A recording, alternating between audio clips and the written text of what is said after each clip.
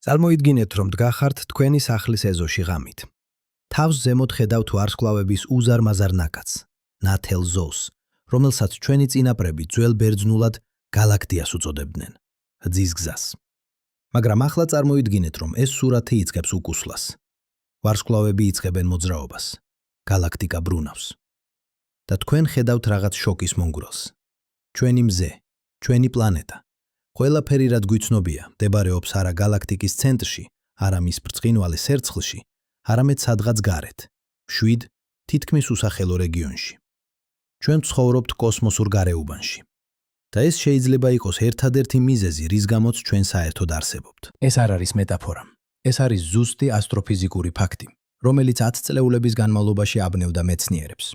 2021 წელს, როდესაც ევროპული სამხრეთის ობსერვატორიის მკვლევარებმა შექმნეს ყველაზე დეტალური რუკა ჩვენი გალაქტიკური მდებარეობისა, ისინი აღმოაჩინეს რაღაც გასაოცარი.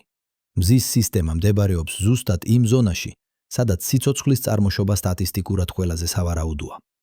არა ცენტრთან ახლოს, სადაც გალაქტიკის გული ანადგურებს ყველაფერს რადიაციით. არა გარე კიდეებზე, სადაც არ არის საკმარისი მძიმე ელემენტები პლანეტების შესაქმნელად. ჩვენ ვართ ზუსტად შუაში. ადგილას, რომელსაც ასტრონომები უწოდებენ გალაქტიკურ სასიცოცხლო ზონას. მაგრამ რატომ? რატომ ჩვენი პლანეტა, ერთადერთი ცნობილი სამყარო, სადაც არსებობს სიცოცხლე, აღმოჩნდა ზუსტად იქ, სადაც უნდა ყოფილიყო?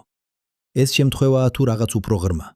და რაც მთავარია, რას ნიშნავს ეს ჩვენი არსებობისთვის? რომ გავიგოთ, რატომ არის ჩვენი მდებარეობა ასე განსაკუთრებული, ჯერ უნდა წარმოვიდგინოთ გალაქტიკა როგორც ქალაქი.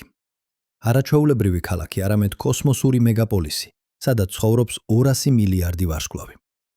წარმოიდგინეთ, რომ ეს ქალაქი აქვს ცენტრი, ბრწყინვალე, ხმაურიანი, სავსე ენერგიით. აქ გალაქტიკის გულში ვარსკვლავები განლაგებულნი არიან ასე მჭიდროდ, რომ თუ ჩვენი მზე იქ იქნებოდა, ღამის ცა იქნებოდა 1000 ჯერ უფრო ნათელი ვიდრე დღე დედამიწაზე. მაგრამ ეს სილამაზე მომაკვდინებელია. 2021 წელს ჰარვარდის უნივერსიტეტის ასტროფიზიკოსმა ავი ლოებმა და მისმა გუნდმა გამოაქვეყნეს კვლევა, რომელმაც შეცვალა ჩვენი გაგება გალაქტიკური ცენტრის შესახებ. ისინი აღმოაჩინეს, რომ ნებისმიერი პლანეტა, რომელიც მდებარეობს 10,000 სინათლის წლის რადიუსში გალაქტიკის ცენტრიდან, მუდმივად იბომბება გამა-სხივებით სუპერნოვების აფეთქებებიდან. წარმოიდგინეთ, რომ ცხოვრობთ სახლში, სადაც ყოველ რამდენიმე მილიონ წელიწადში ერთხელ ხდება ბირთვული აფეთქება თქვენს ეზოში. ეს არის რეალობა გალაქტიკის შიდა რეგიონებისთვის, მაგრამ არსებობს კიდე უფრო საშიში მეზობელი. გალაქტიკის ზუსტ ცენტრში იმალება რაღაც, რაც 10 წლეულების განმავლობაში იყო მხოლოდ თეორია. სუპერმასიური შავი ხვრელი. 2021 წელს ნობელის პრემიის ლაურეატმა რაინჰარდ გენცელმა და მისმა გუნდმა დაადასტურეს, რომ ეს მონსტრი, რომელსაც სახელი ეწოდა სტრელა ა ვარსკვლავი, აქვს მასა 4 მილიონი მზის მასის ტოლი. ის კლაპავს ყველაფერს, რაც ახლოს მოდის და ასხივებს რადიაციას, რომელიც შეუძლებელს ხდის სიცოცხლის არსებობას 10,000-ობით სინათლის წლის მანძილზე. ახლა წარმოიდგინეთ საპირისპირო, გალაქტიკის გარე კიდეები. აქ ყველაფერი მშვიდია, ძალიან მშვიდი. ვარსკვლავები იშვიათად არიან განლაგებულნი, როგორც სახლები უდაბნოში. მაგრამ ეს სიმშვიდე მოდის თასად.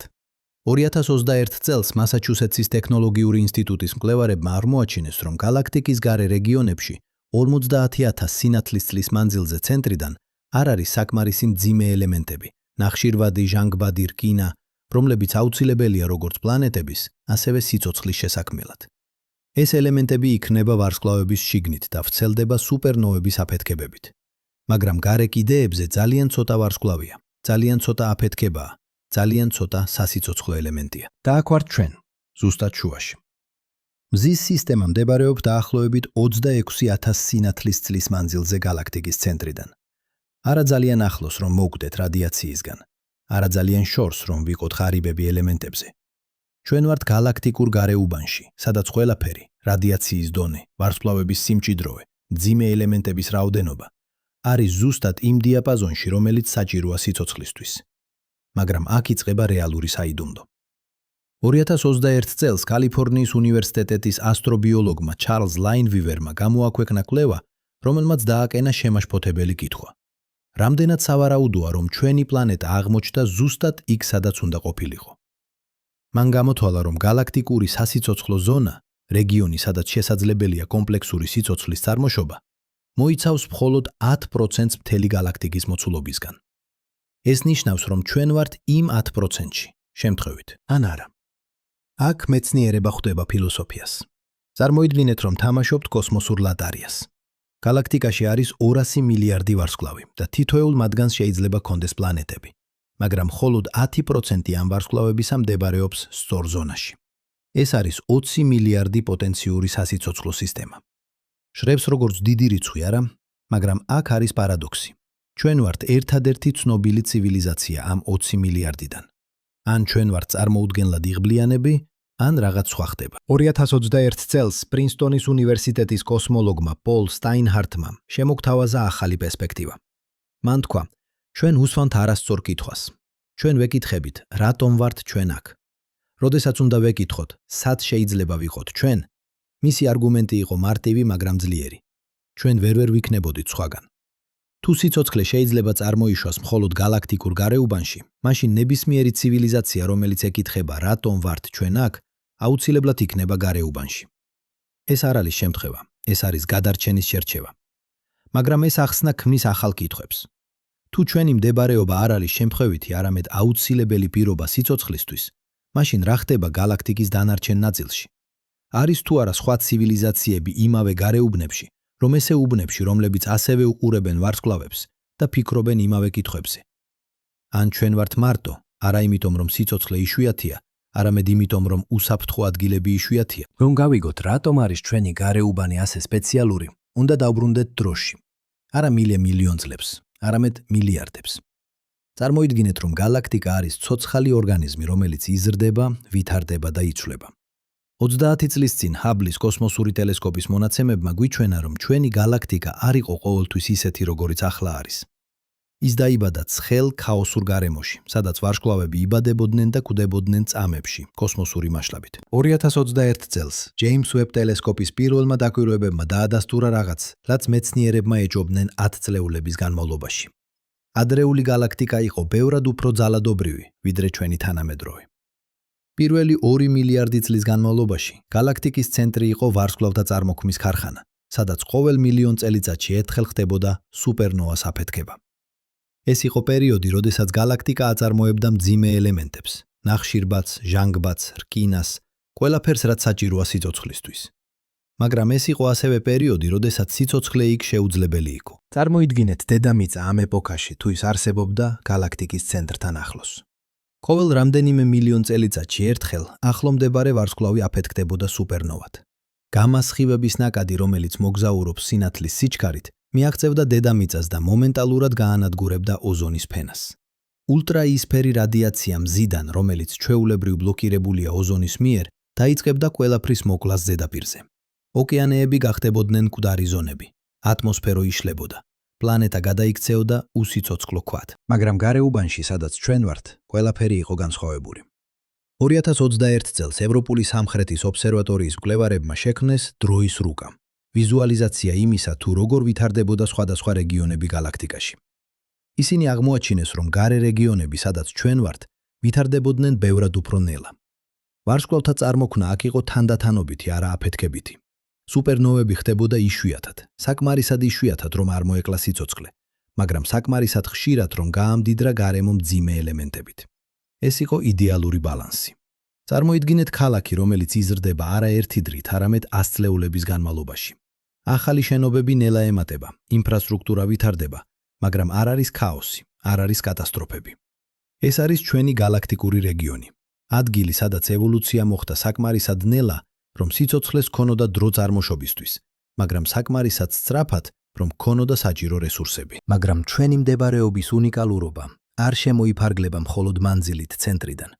არსებობს სხვა ფაქტორები, რომლებიც ხდის ჩვენს გარეუბანს განსაკუთრებულს. 2021 წელს კალიფორნიის ტექნოლოგიური ინსტიტუტის ასტრონომმა ფილიპ ჰოპკინსმა გამოაქვეყნა კვლევა, რომელმაც გამოავლინა რაღაც გასაოცარი. ჩვენი მზის სისტემა მდებარეობს არა მხოლოდ სწორ მანძილზე, არამედ სწორ ორბიტაზეც. გალაქტიკა ბრუნავს. ყველა ვარსკვლავი, მათ შორის ჩვენი მზე, მოძრაობს გალაქტიკის ცენტრის გარშემო, მაგრამ ისინი არ მოძრაობენ ერთნაირი სიჩქარით. ვარსკვლავები შიდა რეგიონებში მოძრაობენ სწრაფად, გარე რეგიონებში ნელა. ეს ქმნის რაღაც, რასაც ასტრონომები უწოდებენ სპირალურ მკლავებს, რეგიონებს, სადაც ვარსკვლავები იკრიბებიან უფრო მჭიდროდ. წარმოიდგინეთ საგზაო შეშუპება, მანქანები ნელდებიან და იკრიბებიან ერთად. სპირალური მკლავები არის galaktikuri საგზაო შეშუპებები. და აქ არის კრიტიკული დეტალი. ჩვენი მზე მოძრაობს ზუსტად იმ სიჩქარით, რომელიც საშუალებას აძლევს მას თავიდან აიცილოს ეს სპირალური მკლავები. 2021 წელს ჰარვარდის მკვლევარებმა გამოთვალეს, რომ მზე გადის სპირალურ მკლავს დაახლოებით ყოველ 400 მილიონი წლის განმავლობაში ერთხელ. ეს ჟღერს როგორც ხშირი, მაგრამ სინამდვილეში ეს არის იშვიათი. უმეტეს ვარსკვლავებს უწევთ სპირალური მკლავების გავლა ბევრად უფრო ხშირად. ყოველ 100 მილიონი წლის განმავლობაში ერთხელ ან უფრო ხშირად. რატომ არის ეს მნიშვნელოვანი? იმიტომ რომ სპირალური მკლავები არის საშიში ადგილები. აქ ვარსკვლავები იბადებიან ინტენსიურად, რაც ნიშნავს მეტ სუპერნოვებს, მეტ რადიაციას, მეტ ქაოსს. თუ მზის სისტემა ხშირად გადიოდა სპირალურ მკლავებს, დედამიწაზე სიცოცხლე მუდმივად იქნებოდა საფრთხის ქვეშ. მაგრამ ჩვენი ორბიტა, ჩვენი სიჩქარე, ჩვენი მანძილი ცენტრიდან ნიშნავს, რომ ჩვენ ვატარებთ უმეტეს დროს მშვიდ უსაფრთხო რეგიონებში, სპირალურ მკლავებს შორის. ეს არის ის, რასაც მეცნიერები უწოდებენ თანაროტაციულ ორბიტას. ორბიტას, რომელიც სინქრონიზებულია galaktikis სტრუქტურასთან. წარმოიდგინეთ, რომ მოძრაობთ ავტობანზე ზუსტად იმ სიჩქარით, რომელიც საშუალებას გაძლევთ თავიდან აიცილოთ ყველა საგზაო შეშუპება. ეს არის ჩვენი მზის სისტემა. მოძრაობს ზუსტად სწორი სიჩქარით, სწორ ადგილას, რომ მინიმუმამდე დაიყვანოს საფრთხეები და მაქსიმუმამდე გაზარდოს სტაბილურობა. მაგრამ არსებობს კიდევ ერთი ფაქტორი, რომელიც ხდის ჩვენს მდებარეობას განსაკუთრებულს – ქიმია. 2021 წელს მასაჩუსეტსის ტექნოლოგიური ინსტიტუტის გეოქიმიკოსმა სარა სიგერმა გამოაქვეყნა კვლევა, რომელმაც შეცვალა ჩვენი გაგება იმისა, თუ სად შეიძლება არსებობდეს სიცოცხლე. მან აღმოაჩინა, რომ galaktikაში არსებობს მეტალურობის გრადიენტი, ცვლილება მძიმე ელემენტების კონცენტრაციაში დამოკიდებული მანძილზე ცენტრიდან. ცენტრთან ახლოს, სადაც ვარსკვლავთა წარმოქმნა ყველაზე ინტენსიურია, მძიმე ელემენტების კონცენტრაცია ძალიან მაღალია. ეს ჟღერს როგორც კარგი, მაგრამ სინამდვილეში ეს არის პრობლემა. როდესაც პლანეტა ყალიბდება გარემოში, სადაც ძალიან ბევრია მძიმე ელემენტები, ის ხდება ძალიან მასიური. ძალიან მასიური პლანეტები აქვთ ძლიერ გრავიტაციას, რაც ნიშნავს, რომ ისინი იჭერენ მეტ გაზს და ხდებიან გაზის გიგანტები, როგორიცაა იუპიტერი. ასეთ პლანეტებზე არ არის მყარი ზედაპირი, არ არის ოკეანეები, არ არის სიცოცხლე, როგორც ჩვენ ვიცნობთ მას. გარე კიდეებზე პრობლემა საპირისპიროა. აქ ძალიან ცოტაა მძიმე ელემენტები. პლანეტები, რომლებიც ყალიბდებიან აქ, არის ძალიან პატარები, ძალიან ცუბუქები. მათ არ შეუძლიათ შეინარჩუნონ ატმოსფერო.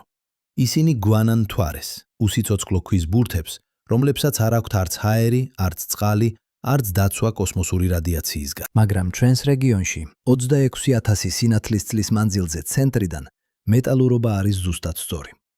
2021 წელს კალიფორნიის უნივერსიტეტის მკვლევარებმა გაანალიზეს ასობით ეგზოპლანეტა და აღმოაჩინეს, რომ ყველაზე დედამიწის მსგავსი პლანეტები მყარი ზედაპირით, ზომიერი ატმოსფეროთი და პოტენციალით თხევადი წყლისთვის, მდებარეობენ ზუსტად იმავე რეგიონში, სადაც ჩვენ ვართ.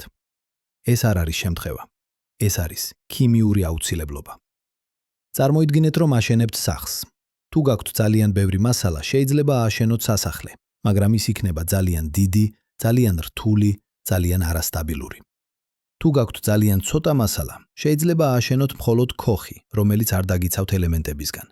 მაგრამ თუ გაქვთ ზუსტად სწორი რაოდენობა მასალისა, შეგიძლიათ ააშენოთ სახლი, არც ძალიან დიდი, არც ძალიან პატარა, ზუსტად სწორი სიცოცხლისთვის. ეს არის ჩვენი პლანეტა, ჩვენი მზის სისტემა, ჩვენი galaktikuri რეგიონი. მაგრამ არსებობს კიდევ ერთი განზომილება ამ საიდუმლოებისა. დრო. ჩვენი მდებარეობა არის სწორი არა მხოლოდ სივრცეში, არამედ დროშიც. 2021 წელს პრინსტონის უნივერსიტეტის კოსმოლოგმა დევიდ სპერგელმა გამოაქვეყნა კვლევა, რომელმაც გამოავლინა რაღაც გასაოცარი. galaktikuri სასიცოცხლო ზონა არ იყო ყოველთვის იქ, სადაც ახლა არის. ის მოძრაობდა. წარმოიდგინეთ galaktika როგორც ცოცხალი ორგანიზმი, რომელიც იზრდება გარედან შიგნით. ადრეულ ეტაპებზე 9 მილიარდი წლის წინ galaktikuri სასიცოცხლო ზონა იყო ბევრად უფრო ახლოს ცენტრთან. მაშინ ცენტრი არ იყო ისეთი ძალადობრივი, როგორც ახლა და გარე რეგიონები ჯერ არ იყო საკმარისად გამდიდრებული მძიმე ელემენტებით. მაგრამ დროთა განმავლობაში, როგორც galaktika ვითარდებოდა, სასიცოცხლო ზონა ნელა გადაადგილდა გარეთ. ეს მოძრაობა არ იყო შემთხვევითი. ის იყო შედეგი ორი კონკურენტული პროცესისა. პირველი, მძიმე ელემენტების გავრცელება. ყოველი სუპერნოვა, რომელიც აფეთქდებოდა ცენტრთან ახლოს, ასხურებდა ნახშირბაც, ჟანგბაც, რკინას კოსმოსში. ეს ელემენტები ნელა გადაადგილდებოდნენ გარეთ, გაამდიდრებდნენ გარე რეგიონებს. მეორე, ვარსკვლავთა წარმოქმნის შენელება ცენტრში. როგორც გალაქტიკა ბერდებოდა, ცენტრალური რეგიონები ხდებოდნენ ნაკლებად აქტიურები, ნაკლებად ძალადობრივები. 2021 წელს ჰარვარდის მკვლევარებმა შექმნეს კომპიუტერული სიმულაცია, რომელმაც აჩვენა, როგორ მოძრაობდა გალაქტიკური სასიცოცხლო ზონა ბოლო 10 მილიარდი წლის განმავლობაში. ისინი აღმოაჩინეს, რომ ჩვენი მზის სისტემა ყალიბდა ზუსტად იმ მომენტში და ზუსტად იმ ადგილას, სადაც სასიცოცხლო ზონა გადიოდა. ეს იყო იდეალური ტაიმინგი, არც ძალიან ადრე, როდესაც გარემო ჯერ არ იყო მზად, არც ძალიან გვიან, როდესაც საუკეთესო პირობები უკვე გავიდოდა. წარმოიდგინეთ, რომ ცდილობთ დაიჭიროთ მატარებელი. თუ მოხვალთ ძალიან ადრე, მატარებელი ჯერ არ არის. თუ მოხვალთ ძალიან გვიან, მატარებელი უკვე წავიდა. მაგრამ თუ მოხვალთ ზუსტად სწორ დროს, შეგიძლიათ ავიდეთ. ეს არის ჩვენი მზის სისტემა. ჩამოვიდა ზუსტად სწორ დროს, სწორ ადგილას, რომ დაეჭირა გალაქტიკური სასიცოცხლო ზონა მის საუკეთესო მომენტში. მაგრამ დრო და ადგილი არ არის საკმარისი. წარმოიდგინეთ, რომ იპოვეთ იდეალური ადგილი სახლის ასაშენებლად, სწორ მანძილზე ქალაქიდან, სწორ კლიმატში, სწორ ნიადაგზე. მაგრამ თუ ამ ადგილს არ აქვს დაცვა, არც კედლები, არც სახურავი, არც საფუძველი, თქვენი საფუძველი, თქვენი სახლი არ გაძლებს პირველივე ქარიშხალს. ეს არის ზუსტად ის, რაც ხდება პლანეტებთან კოსმოსში. და აქ იწყება ყველაზე გასაოცარი ნაწილი ჩვენი გადარჩენის ისტორიისა. ჩვენ არ ვართ უბრალოდ იღბლიანები ადგილმდებარეობით.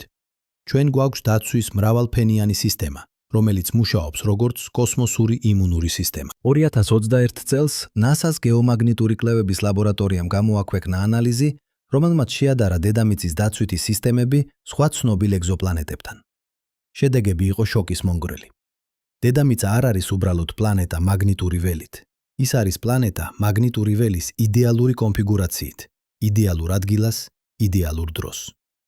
ეს არის როგორც სამი განსხვავებული ლატარიის მოგება ერთდროულად. დავიწყოთ პირველი დაცვის ხაზიდან, მზის მაგნიტოსფერო.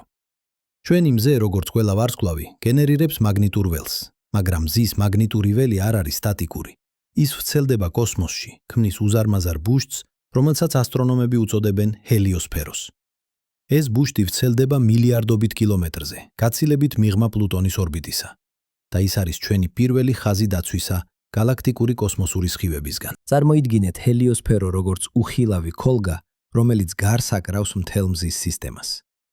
გალაქტიკური კოსმოსური სხივები, ატომების ბირთვები, რომლებიც მოძრაობენ თითქმის სინათლის სიჩქარით, მუდმივად ბომბავენ ამ ქოლგას.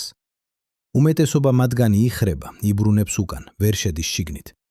2021 წელს Voyager 1-ისა და Voyager 2-ის მონაცემებმა, რომლებმაც გადაკვეთეს ჰელიოსფეროს საზღვარი, დაადასტურეს, რომ ეს დაცვა ამცირებს კოსმოსური სხივების ინტენსივობას დაახლოებით 60-ჯერ. ეს არის განსხვავება სიცოცხლესა და სიკვდილს შორის. მაგრამ აქ არის კრიტიკული დეტალი. არა ყველა ვარსკვლავს აქვს ასეთი ძლიერი ჰელიოსფერო. 2021 წელს ჰარვარდის ასტროფიზიკოსებმა გააანალიზეს ასობით მზის მსგავსი ვარსკვლავი და აღმოაჩინეს, რომ ჰელიოსფეროს სიძლიერე დამოკიდებულია ორ ფაქტორზე: ვარსკვლავის ასაკსა და მის მდებარეობაზე გალაქტიკაში. ახალგაზრდა ვარსკვლავები, რომლებიც ჯერ კიდევ აქტიურად ბრუნავენ და აქვთ ძლიერი მაგნიტური აქტივობა, ქმნიან ძალიან ძლიერ ჰელიოსფეროებს. მაგრამ ისინი ასევე ასხივებენ ძალიან ბევრ რადიაციას, რაც საშიშია სიცოცხლისთვის. ხანდაზმული ვარსკვლავები, რომლებიც დამშვიდდნენ, ქმნიან სუსტ ჰელიოსფეროებს, რომლებიც ვერ იცავენ პლანეტებს. ჩვენი მზე არის ზუსტად შუაში. 4 მილიარდ 600 მილიონი წლის ასაკის. ზუსტად იმ ეტაპზე, სადმე იმ ეტაპზე, სადაც მისი მაგნიტური აქტივობა არის საკმარისად ძლიერი და საცავად, მაგრამ არა ისე ძლიერი, რომ იყოს საშიში. და ჩვენი მდებარეობა გალაქტიკურ გარეუბანში ნიშნავს, რომ გალაქტიკური კოსმოსური სხივების ინტენსივობა, რომელსაც ჰელიოსფერო უნდა დაიცვას, არის ბევრად დაბალი ვიდრე ცენტრთან ახლოს. ეს არის ორმაგი დაცვა, სუსტი თავდასხმა და ძლიერი ფარი. მაგრამ ჰელიოსფერო არის მხოლოდ პირველი ფენა. მეორე ფენა, დედამიწის საკუთარი მაგნიტური ველი, არის ბევრად უფრო საიდუმლოებელი. და აქ იწყება რეალური პარადოქსი, რომელიც 10 წლეულების განმავლობაში აბნევდა გეოფიზიკოსებს. დედამიწის მაგნიტური ველი არ უნდა არსებობდეს. ან უფრო ზუსტად, ის არ უნდა იყოს ისეთი ძლიერი, როგორიც არის. წარმოიდგინეთ დედამიწის შიგნით. 2090 კილომეტრის სიღრმეზე, ქვეშ ქერქისა, მანტიისა და გარე ბირთვისა არის შიდა ბირთვი, მყარი რკინის ბურთი, ზომით როგორც მთვარე, სადაც ტემპერატურა აღწევს 6000 გრადუს ცელსიუსით, ისეთივე ცხელი როგორც მზის ზედაპირი. ამ შიდა ბირთვის გარშემო ბრუნავს გარე ბირთვი, თხევადი რკინისა და ნიკელის ოკეანე, რომელიც მოძრაობს, ბრუნავს, ქმნის დენებს. და ეს მოძრაობა, ეს უზარმაზარი თხევადი ლითონის ბრუნვა გენერირებს მაგნიტურ ველს. ეს პროცესი ეწოდება გეოდინამო. და აქ არის პარადოქსი. ის არ უნდა მუშაობდეს ასე კარგად. 2021 წელს მასაჩუსეტსის ტექნოლოგიური ინსტიტუტის გეოფიზიკოსმა ბრიუს ბაფეტმა გამოაქვეყნა კვლევა, რომელმაც გამოავლინა რაღაც გასაოცარი. მან გამოთვალა, რომ დედამიწის ბირთვის ტემპერატურა და წნევა არის ზუსტად იმ დიაპაზონში, სადაც თხევადი რკინა ქმნის იდეალურ კონვექციურ დენებს გეოდინამოსთვის. თუ ტემპერატურა იქნებოდა ოდნავ უფრო მაღალი, დენები იქნებოდნენ ძალიან ქაოსური. თუ ოდნავ უფრო დაბალი, დენები რო დაბალი, დენები იქნებოდნენ ძალიან სუსტი. ჩვენ ვართ ზუსტად ოქროს ზონაში. მაგრამ რატომ? რატომ დედამიწის ბირთვი აქვს ზუსტად სწორი ტემპერატურა? პასუხი მდებარეობს ჩვენს მდებარეობაში გალაქტიკაში. 2021 წელს კალიფორნიის უნივერსიტეტის პლანეტოლოგებმა შექმნეს მოდელი, რომელმაც აჩვენა, როგორ ყალიბდებიან პლანეტები სხვადასხვა რეგიონებში გალაქტიკაში. ისინი აღმოაჩინეს, რომ პლანეტების შიდა სტრუქტურა, მათი ბირთვის ზომა, შემადგენლობა და ტემპერატურა დამოკიდებულია იმ მასალაზე, რომლისგანაც ისინი ყალიბდებიან. და ეს მასალა განსხვავებულია სხვადასხვა ნაწილებში გალაქტიკის. გალაქტიკის ცენტრთან ახლოს, სადაც მძიმე ელემენტების კონცენტრაცია მაღალია, პლანეტები ყალიბდებიან ძალიან დიდი რკინის ბირთვებით. ეს ბირთვები არის ძალიან ცხელი, ძალიან აქტიური, ქმნიან ძალიან ძლიერ მაგნიტურ ველებს. მაგრამ ეს ველები არის არასტაბილური. ისინი ხშირად იცვლებიან, ბრუნდებიან, ქმნიან მაგნიტურ ქარიშხლებს, რომლებიც საშიშის იტვის. გარე კიდეებზე, სადაც მძიმე ელემენტები იშვიათია, პლანეტები ყალიბდებიან პატარა ბირთვებით, რომლებიც სწრაფად ცივდებიან და კარგავენ თავიანთ მაგნიტურ ველებს. მარსი არის მაგალითი. ის ოდესღაც ჰქონდა მაგნიტური ველი, მაგრამ დაკარგა დაახლოებით 4 მილიარდი წლის წინ, როდესაც მისი ბირთვი გაცივდა. მაგრამ დედამიწა, რომელიც ყალიბდა ჩვენს გალაქტიკურ გარეუბანში, აქვს ზუსტად სწორი ზომის ბირთვი. არ ძალიან დიდი, არ ძალიან პატარა. ეს ბირთვი არის საკმარისად დიდი, რომ დარჩეს ცხელი მილიარდობით წლის განმავლობაში, მაგრამ არა ისე დიდი, რომ გახდეს არასტაბილური. და ეს ქმნის მაგნიტურ ველს, რომელიც არის როგორც ძლიერი, ასევე სტაბილური. იდეალური კომბინაცია სიცოცხლისთვის. ეხლა წარმოიდგინეთ, რას აკეთებს ეს მაგნიტური ველი. ის ვრცელდება კოსმოსში, ქმნის უხილავ ფარს, რომელსაც ასტრონომები უწოდებენ მაგნიტოსფეროს. ეს ფარი ვრცელდება დაახლოებით 90,000 კილომეტრზე მზის მიმართულებით და 100,000 კილომეტრზე საპირისპირო მიმართულებით. ის არის ჩვენი მეორე ხაზი დაცვისა და ის იცავს ჩვენ არა მხოლოდ გალაქტიკური კოსმოსური სხივებისგან, არამედ რაღაც ბევრად უფრო უშუალო საფრთხისგან, მზის ქარისგან. მზე მუდმივად ასხურებს ნაწილაკებს, პროტონებს, ელექტრონებს, ატომების ბირთვებს, რომლებიც მოძრაობენ რამდენიმე ასეული კილომეტრი წამში. ეს არის მზის ქარი და ის ბომბავს დედამიწას ყოველ წამს, ყოველ წუთს, ყოველ დღეს. 2021 წელს NASA-ს პარკერის მზის ზონდმა, რომელიც ფრენს მზის კორონაში, გაზომა მზის ქარის ინტენსივობა და აღმოაჩინა რაღაც შოკის მონგვრელი. ყოველ წამს დედამიწის მაგნიტოსფერო აჩერებს დაახლოებით 1 მილიონი ტონა ლოებით 1 მილიონი ტონა მზის ქარის ნაწილაკებს. წარმოიდგინეთ, ყოველ წამს 1 მილიონი ტონა. მილიონი ტონა. რა მოხდებოდა თუ ეს დაცვა არ არსებობდა? ჩვენ ვიცით პასუხი, იმიტომ რომ გვაქვს მაგალითი. მარსი. 2021 წელს NASA-ს მავენ მისიამ დაადასტურა, რომ მარსმა დაკარგა თავისი ატმოსფეროს უმეტესი ნაწილი, სწორედ იმიტომ, რომ დაკარგა მაგნიტური ველი. მზის ქარი, რომელსაც აღარ აქვს დაბრკოლება, პირდაპირ ბომბავს მარსის ატმოსფეროს, ნელა მაგრამ მუდმივად აცლის მას კოსმოსში. ყოველ წამს მარსი კარგავს დაახლოებით 100 კილოგრამ ატმოსფეროს. ეს ჟღერს როგორც ცოტა, მაგრამ მილიარდი წლის განმავლობაში ეს არის კატასტროფა. დედამიწა მისი მაგნიტური ველით არ კარგავს ატმოსფეროს. ან უფრო ზუსტად, ის კარგავს ძალიან მცირე რაოდენობას, დაახლოებით 3 კილოგრამს წამში, რაც არის უმნიშვნელო მარსთან შედარებით. ეს ნიშნავს, რომ ჩვენი ატმოსფერო, ჩვენი ჰაერი, ჩვენი ოზონის ფენა, ყველაფერი რაც იცავს ჩვენ ულტრაისფერი რადიაციისგან, რჩება სტაბილური მილიარდობით წლის განმავლობაში. და ეს სტაბილურობა იყო აუცილებელი პირობა სიცოცხლის ევოლუციისთვის. მაგრამ მაგნიტური ველი აკეთებს კიდევ რაღაც, რაც მეცნიერებმა აღმოაჩინეს მხოლოდ ბოლო 10 წლეულებში. 2021 წელს ევროპული კოსმოსური სააგენტოს SWARM მისიამ, 3 თანამგზავრი, რომლებიც სწავლობენ დედამიწის მაგნიტურ ველს, აღმოაჩინა, რომ მაგნიტოსფერო არ არის მხოლოდ პასიური ფარი. ის არის აქტიური სისტემა, რომელიც ურთიერთქმედებს მზის ქართან, ქმნის კომპლექსურ სტრუქტურებს, აკონტროლებს ენერგიის ნაკადებს. ეს არის როგორც იმუნური სისტემა, რომელიც არა მხოლოდ ბლოკავს ვირუსებს, არამედ სწავლობს მათ, ადაპტირდება, ხდება უფრო ძლიერი. წარმოიდგინეთ მაგნიტოსფერო როგორც უზარმაზარი უხილავი ქსელი, რომელიც გარს აკრავს პლანეტას. როდესაც მზის ქარის ნაწილაკები ეჯახებიან ამ ქსელს, ისინი არ უბრალოდ აირიალებენ, ისინი იჭერებიან, იხრებიან, მიმართულდებიან პოლუსებისკენ. აქ, მაღალ ატმოსფეროში, ისინი ეჯახებიან ჟანგბადისა და აზოტის ატომებს, აღაგზნებენ მათ, აიძულებენ გამოასხივონ სინათლე. ეს არის ჩრდილოეთის ციალი, ავრორა ბორეალისი, ერთ-ერთი ყველაზე ლამაზი ფენომენი ბუნებაში. მაგრამ ეს არის არა მხოლოდ ლამაზი შოუ, ეს არის მარის ვიზუალური მტკიცებულება იმისა, რომ ჩვენი მაგნიტური ველი მუშაობს, იცავს ჩვენ ყოველ წამს. მაგრამ როგორ ვიცით, რომ ეს დაცვა რეალურად მუშაობს? როგორ ვიცით, რომ ის არის აუცილებელი? პასუხი მოდის ექსპერიმენტებიდან, არა ლაბორატორიულიდან, არამედ ბუნებრივიდან, რომლებსაც კოსმოსი თავად გვთავაზობს.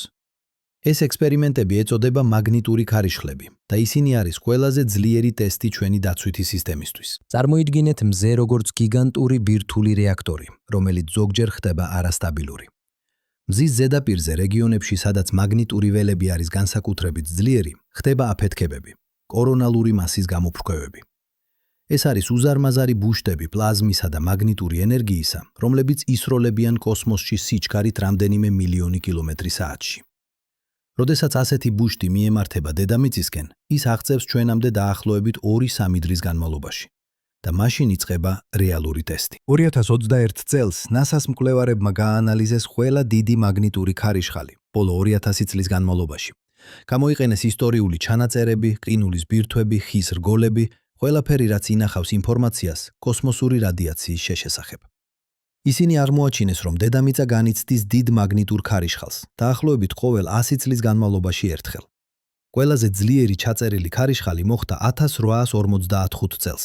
ეს იყო ეგრეთ წოდებული კერინგტონის მოვლენა, სახელდებული ბრიტანელი ასტრონომის რიჩარდ კერინგტონის სახელზე, რომელმაც დააკვირდა მას.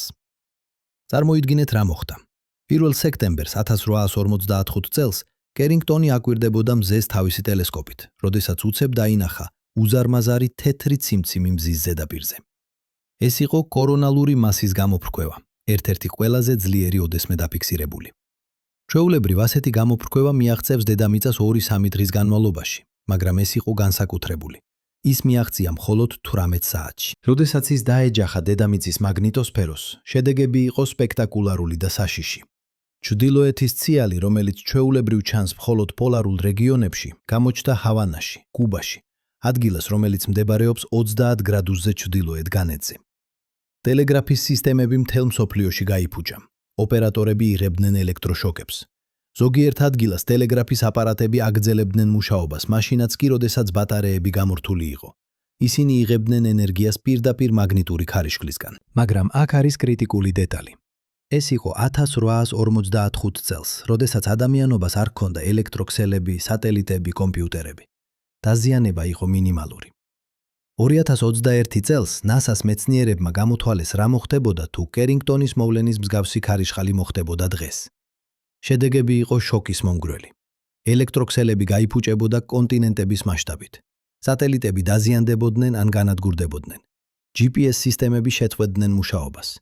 ეკონომიკური ზარალი შეიძლება აღწევდეს $2 ტრილიონ და აღდგენა შეიძლება გაგრძელდეს წლების განმავლობაში. მაგრამ აქ არის პარადოქსი.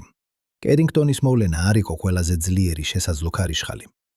2021 წელს იაპონიის მკვლევარებმა გააანალიზეს ძველი კედრის ხის რგოლები და აღმოაჩინეს მტკიცებულება ბევრად უფრო ძლიერი მოვლენისა, რომელიც მოხდა 774 წელს.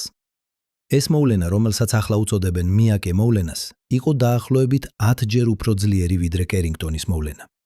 თუ ასეთი რამ მოხდებოდა დღეს, შედეგები იქნებოდა კატასტროფული. მაგრამ აქ არის გასაოცარი ნაწილი. დედამიწის მაგნიტური ველი გადაურჩა ამ მოვლენას. ატმოსფერო არ დაიკარგა. სიცოცხლე გააგრძელა არსებობა. როგორ? იმიტომ, რომ ჩვენი მაგნიტური ველი არის არა მხოლოდ ძლიერი, არამედ ელასტიური. ის შეუძლია შეკუმშვა, გაფართოება, დეფორმაცია, მაგრამ არ იშლება. ეს არის როგორც რეზინის ბურთი. თქვენ შეგიძლიათ მოახვიოთ მას, მაგრამ ის ბრუნდება თავის ფორმაში. მაგრამ დედამიწის მაგნიტური ველი არ არის ერთადერთი დამცველი ჩვენს მზის სისტემაში. არსებობს კიდევ ერთი, ბევრად უფრო დიდი, ბევრად უფრო ძლიერი, იუპიტერი. და აქ იწყება ერთ-ერთი ყველაზე გასაოცარი ნაწილი ჩვენი გადარჩენის ისტორიისა. როგორ ერთი გიგანტური პლანეტა, რომელიც მდებარეობს ასობით მილიონი კილომეტრის მოშორებით, იცავს სიცოცხლეს დედამიწაზე. იუპიტერი არის უზარმაზარი. მისი მასა არის 338-ჯერ მეტი ვიდრე დედამიწისა. მისი მოცულობა არის ისეთი, რომ შიგნით ჩაეტეოდა 1320 დედამიწა. მაგრამ ზომა არ არის ერთადერთი, რაც ხდის მას განსაკუთრებულს. 2021 წელს NASA-ს ჯუნო მისიამ, რომელიც ბრუნავს იუპიტერის გარშემო, გაზომა მისი მაგნიტური ველი და აღმოაჩინა რაღაც შოკის მომგვრელი. იუპიტერის მაგნიტური ველი არის დაახლოებით 20,000-ჯერ უფრო ძლიერი ვიდრე დედამიწისა.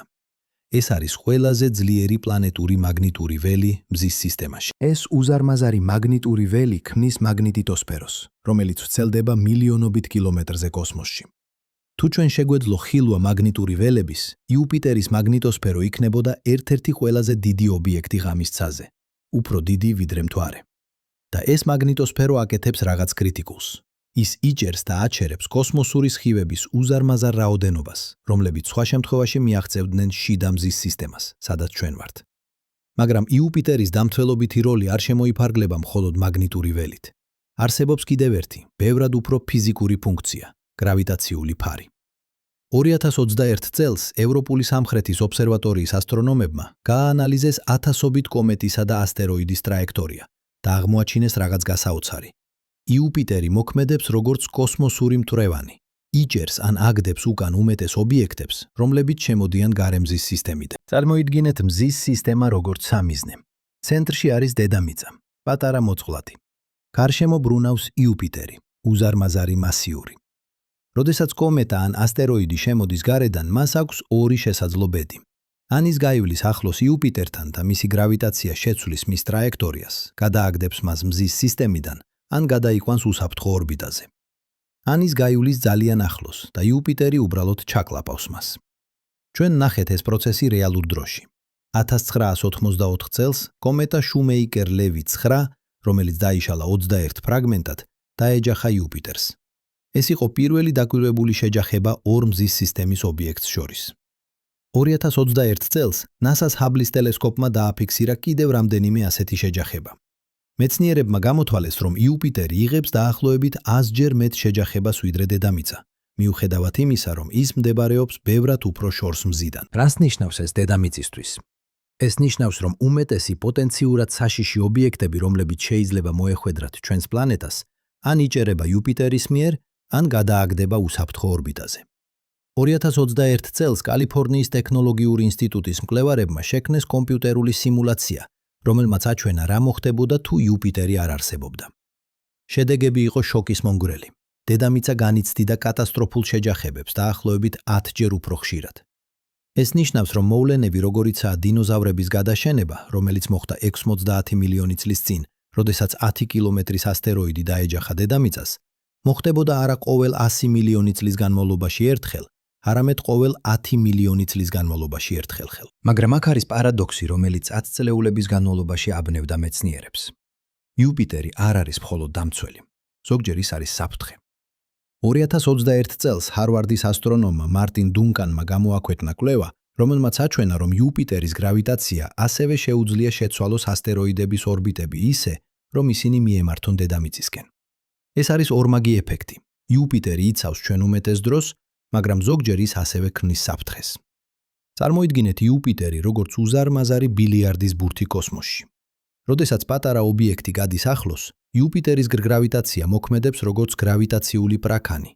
ის ცვლის ობიექტის სიჩქარეს და მიმართულებას.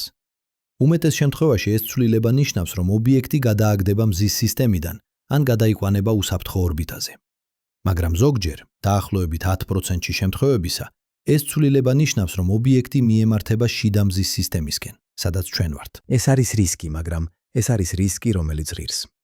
2021 წელს მასაჩუსეტსის ტექნოლოგიური ინსტიტუტის მკვლევარებმა გამოთვალეს, რომ იუპიტერის არსებობა ამცირებს საერთო რისკს კატასტროფული შეჯახებისა დაახლოებით 80%-ით. ეს ნიშნავს, რომ მიუხედავად იმისა, რომ იუპიტერი ზოგჯერ ქმნის საფრთხეს, ის ბევრად უფრო ხშირად გვიცავს. ეს არის როგორც იმუნური სისტემა.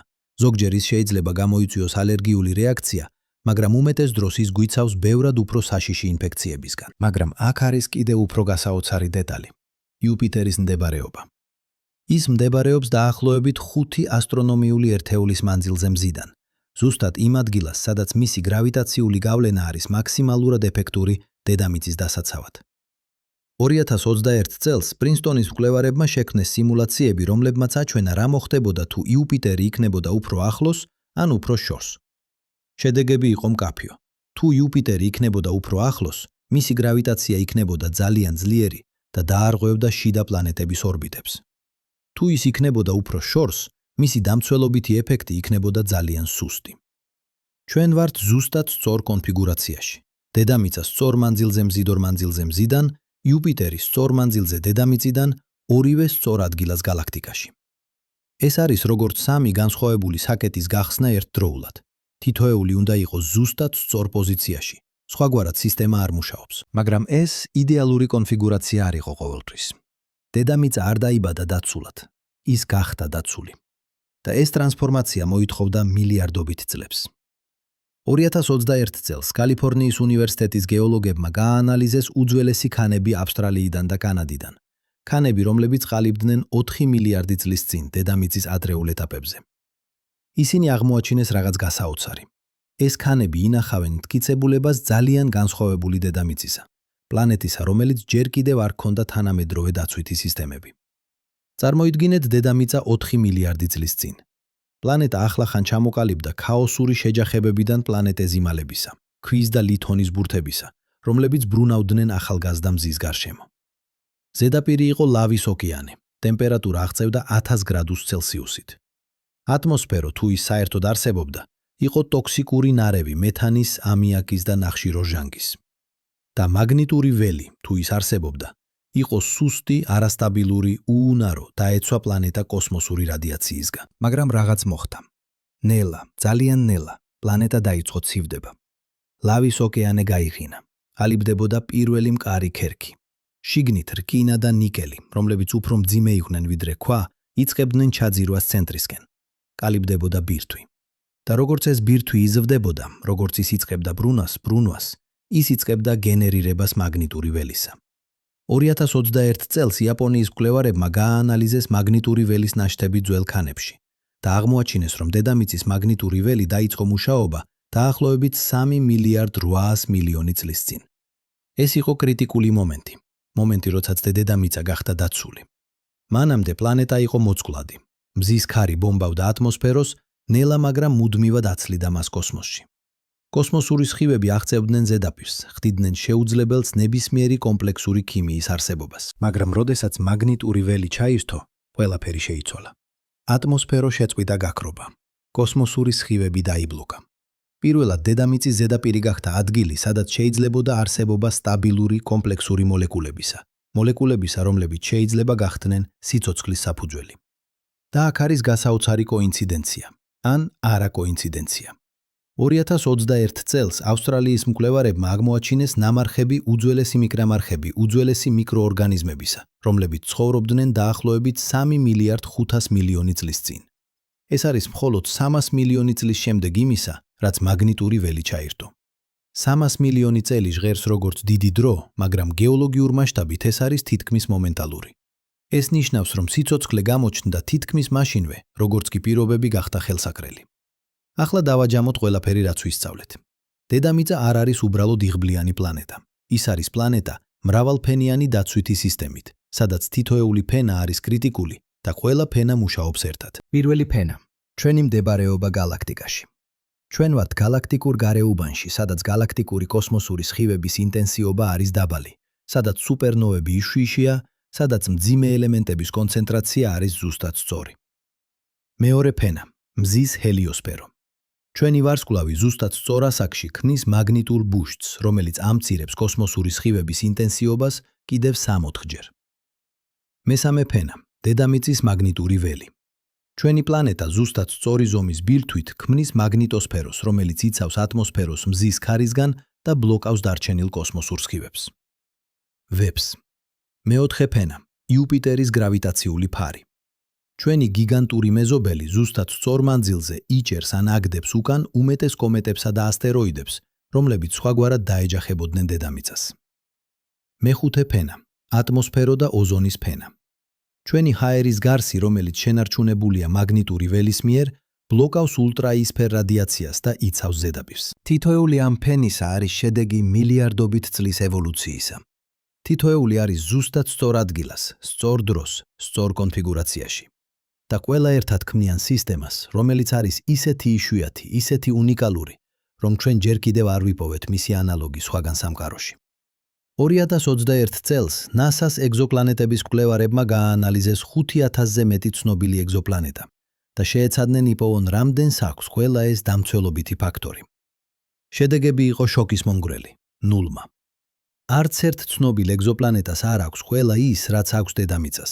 სწორი მდებარეობა galaktikაში, სწორი ზომის ვარსკვლავი სწორ ასაკში, სწორი ზომის მაგნიტური ველი, გიგანტური პლანეტა სწორ ადგილას, სტაბილური ატმოსფერო. ეს არ ნიშნავს, რომ ასეთი პლანეტები არ არსებობენ.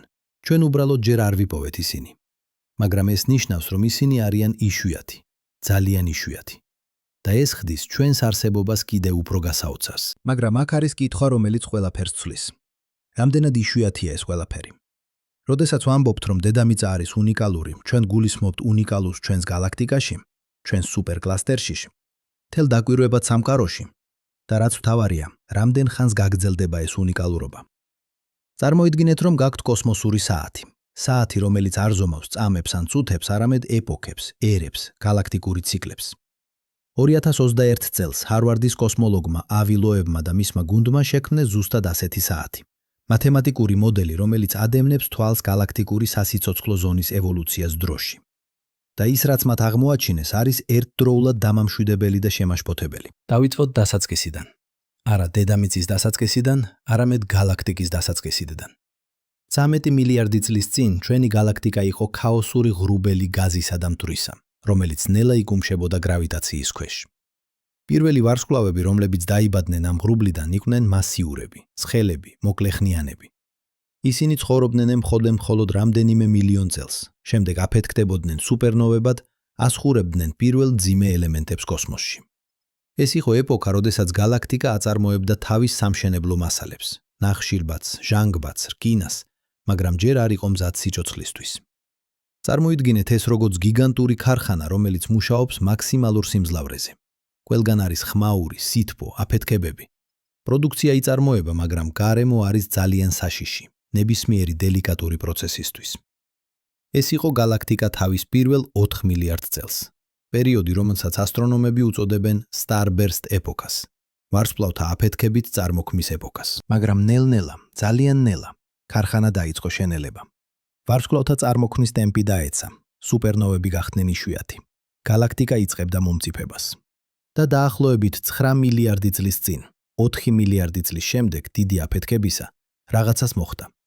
galaktikuri სასიცოცხლო ზონა, რომელიც მანამდე იყო ვიწრო რგოლი ცენტრის გარშემო, დაიწყო გაფართოება გარეთ. ის მიაღწია რეგიონს, სადაც ახლა ჩვენ ვართ. 2021 წელს მასაჩუსეტსის ტექნოლოგიური ინსტიტუტის მკვლევარებმა გამოთვალეს ზუსტი ტაიმინგი. ისინი აღმოაჩინეს, რომ ჩვენი რეგიონი 26,000 სინათლის წლის მანძილზე galaktikis ცენტრიდან შევიდა სასიცოცხლო ზონაში დაახლოებით 9 მილიარდი წლის წინ. და ზუსტად 500 მილიონი წლის შემდეგ ჩვენს რეგიონში დაიწყო კალიბდება ახალი ვარსკვლავი, ჩვენი მზე. ეს არ არის შემთხვევა. ეს არის ზუსტი სინქრონიზაცია, როგორც მატარებლის დაჭერა ზუსტად სწორ მომენტში. დად სწორ მომენტში. მაგრამ აქ არის კრიტიკული დეტალი. ეს ფანჯარა არ იყო ღია ყოველთვის. და ის არ დარჩება ღია სამუდამოდ. წარმოიდგინეთ galaktikuri სასიცოცხლო ზონა როგორც მოძრავი ტალღა, რომელიც ვრცელდება გარეთ დროთა განმავლობაში. 9 მილიარდი წლის წინ ეს ტალღა მიაღწია ჩვენს რეგიონს. მზე ჩამოყალიბდა ზუსტად იმ მომენტში, როდესაც პირობები იყო იდეალური. მაგრამ ეს ტალღა გრძელდება გარეთ. და ერთ დღეს, არა დღეს ადამიანური მასშტაბით, არამედ დღეს კოსმოსური მასშტაბით, ჩვენი რეგიონი გამოვა სასიცოცხლო ზონიდან. როდის? 2021 წელს კალიფორნიის უნივერსიტეტის ასტროფიზიკოსებმა გამოთვალეს, რომ ჩვენი რეგიონი დარჩება სასიცოცხლო ზონაში კიდევ დაახლოებით 2 მილიარდი წლის განმავლობაში. შემდეგ ნელა, მაგრამ გარდაულად, პირობები დაიწყებს გაუარესებას. არა იმიტომ, რომ რაღაც კატასტროფული მოხდება, არამედ იმიტომ, რომ გალაქტიკა გააგრძელებს ბერდებას. ვარსკვლავთა წარმოქმნა შენელდება კიდევ უფრო. სუპერნოვები გახდებიან კიდევ უფრო იშვიათი. მძიმე ელემენტების წარმოება შეწყდება და ნელ-ნელა ჩვენი რეგიონი გახდება ძალიან მშვიდი, ძალიან სტაბილური, ძალიან მკვდარი. ეს ნიშნავს, რომ ჩვენ ვცხოვრობთ არა მხოლოდ სწორ ადგილას, არამედ სწორ დროშიც. ჩვენ ვართ აქ ზუსტად იმ 1 მილიარდ წელს, როდესაც ჩვენი რეგიონი არის იდეალური სიცოცხლისთვის.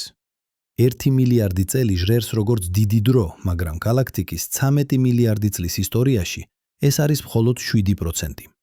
ჩვენ ვართ იმ 7%-ში. ეხლა მოდით ვისაუბროთ რიცხვებზე. რიცხვებზე, რომლებიც ისეთი დიდია, რომ ისინი თითქმის კარგავენ მნიშვნელობას, მაგრამ ამავე დროს ისეთი მნიშვნელოვანია, რომ ისინი განსაზღვრავენ ჩვენს მთელ არსებობას. დავიწყოთ გალაქტიკიდან. ჩვენს გალაქტიკაში არის დაახლოებით 200 მილიარდი ვარსკვლავი. ეს არის 2, შემდეგ 11 0.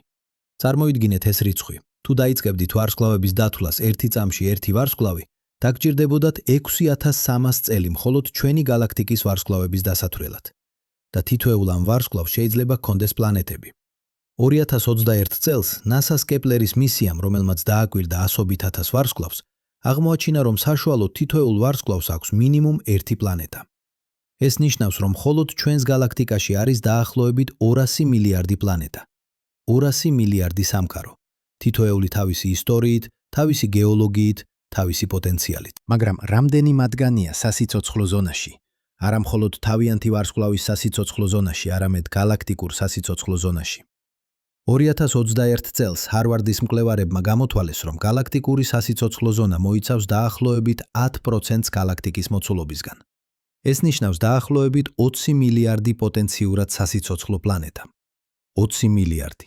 ეს არის 2, შემდეგ 10 0. მაგრამ აქ იწყება ფილტრაცია. რამდენს მათგანს აქვს სწორი ზომის ვარსკვლავი? არა ძალიან დიდი, რომელიც ცხოვრობს მხოლოდ რამდენიმე მილიონ წელს. არა ძალიან პატარა, რომელიც ასხივებს ძალიან ცოტა ენერგიას. 2021 წელს პრინსტონის ასტრონომებმა გააანალიზეს ვარსკვლავების განაწილება და აღმოაჩინეს, რომ მხოლოდ დაახლოებით 10% ვარსკვლავებისა არის სწორ ზომაში. ვარსკვლავები, როგორიცაა ჩვენი მზე, რომლებიც ცხოვრობენ მილიარდობით წლებს და ქმნიან სტაბილურ გარემოს. ეს ამცირებს რიცხვს 2 მილიარდამდე. 2 მილიარდი პლანეტა, სწორ ადგილას, სწორი ზომის ვარსკვლავთან. მაგრამ ფილტრაცია გრძელდება. რამდენს აქვს მაგნიტური ველი? არა ძალიან სუსტი, რომელიც ვერ იცავს ატმოსფეროს. არა ძალიან ძლიერი, რომელიც არასტაბილურია. 2021 წელს მასაჩუსეტსის ტექნოლოგიური ინსტიტუტის გეოფიზიკოსებმა შეაფასეს, რომ მხოლოდ დაახლოებით 20% ქვიანი პლანეტებისა ვითარდება სტაბილური ძლიერი მაგნიტური ველით. ეს ამცირებს რიცხვს 400 მილიონამდე.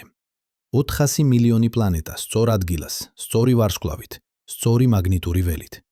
მაგრამ ჯერ არ დავასრულეთ. რამდენს აქვს გიგანტური პლანეტა სწორ ადგილას, არა ძალიან ახლოს, რომელიც დაარღვევს ორბიტებს, არა ძალიან შორს, რომელიც ვერ იცავს. 2021 წელს კალიფორნიის უნივერსიტეტის პლანეტოლოგებმა გააანალიზეს ათასობით ეგზოპლანეტური სისტემა და აღმოაჩინეს, რომ მხოლოდ დაახლოებით 5% სისტემებისა აქვს გიგანტური პლანეტა იდეალურ კონფიგურაციაში. ეს ამცირებს რიცხვს 20 მილიონამდე. 20 მილიონი პლანეტა მთელ გალაქტიკაში, რომლებსაც აქვთ ყველა ის, რაც აქვს დედამიწას. 20 მილიონი ჟღერს როგორც დიდი რიცხვი, არა? მაგრამ გაიხსენეთ, ჩვენ დავიწყეთ 200 მილიარდიდან. ეს ნიშნავს, რომ მხოლოდ 1 ყოველ 10,000-დან აქვს ყველა საჭირო პირობა. 1 10,000-დან. მაგრამ აქ იწყება რეალური საიდუმლო. საიდუმლო, რომელიც ცნობილია როგორც ფერმის პარადოქსი. 1950 წელს იტალიელმა ფიზიკოსმა ენრიკო ფერმიმ დასვა მარტივი კითხვა, რომელმაც შეაშფოთა მეცნიერები 7 წლეულის განმავლობაში. სად არიან ისინი? წარმოიდგინეთ ლოგიკა. თუ არსებობს 20 მილიონი პოტენციურად სასიცოცხლო პლანეტა მხოლოდ ჩვენს გალაქტიკაში და თუ სიცოცხლე არის ბუნებრივი შედეგი სწორი პირობებისა, მაშინ უნდა არსებობდეს ათასობით, შეიძლება მილიონობით ცივილიზაცია. ზოგიერთი მათგანი უნდა იყოს ბევრად უფრო ძველი ვიდრე ჩვენი, შეიძლება მილიონობით წლებით უფრო ძველი. და თუ ისინი მილიონობით წლებით უფრო ძველები არიან, მათ უნდა ჰქონდეთ ტექნოლოგია, რომელიც ჩვენთვის არის გაუგებარი. ისინი უნდა იყვნენ ყველგან, სატელიტები, ზონდები, სიგნალები, კვალი, მაგრამ ჩვენ არაფერს ხედავთ. არა სიგნალს, არა ზონდს, არა კვალს. 2021 წელს SETI პროგრამა ძიება გარედან მოსული ინტელექტისთვის დაასრულა 7 წლევრი დაკვირვებისა. ისინი გააანალიზეს მილიონობით რადიოსიგნალი 1000ობით ვარსკვლავიდან და იპოვეს არაფერი. სრული სიჩუმე. გალაქტიკა, რომელიც უნდა იყოს სავსე სიცოცხლით, ჩანს როგორც უდაბნო. რატო? არსებობს რამდენიმე შესაძლო ახსნა და თითოეული მათგანი არის ერთდროულად დამამშვიდებელი და შემაშფოთებელი. პირველი ახსნა: იშვიათი დედამიწის ჰიპოთეზა.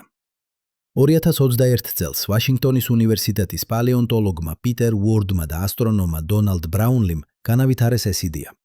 მათი არგუმენტი იყო მარტივი. ჩვენ ვთვლით, რომ დედამიწა არის ტიპური, მაგრამ რა თუ ის არის ექსტრემალურად იშვიათი?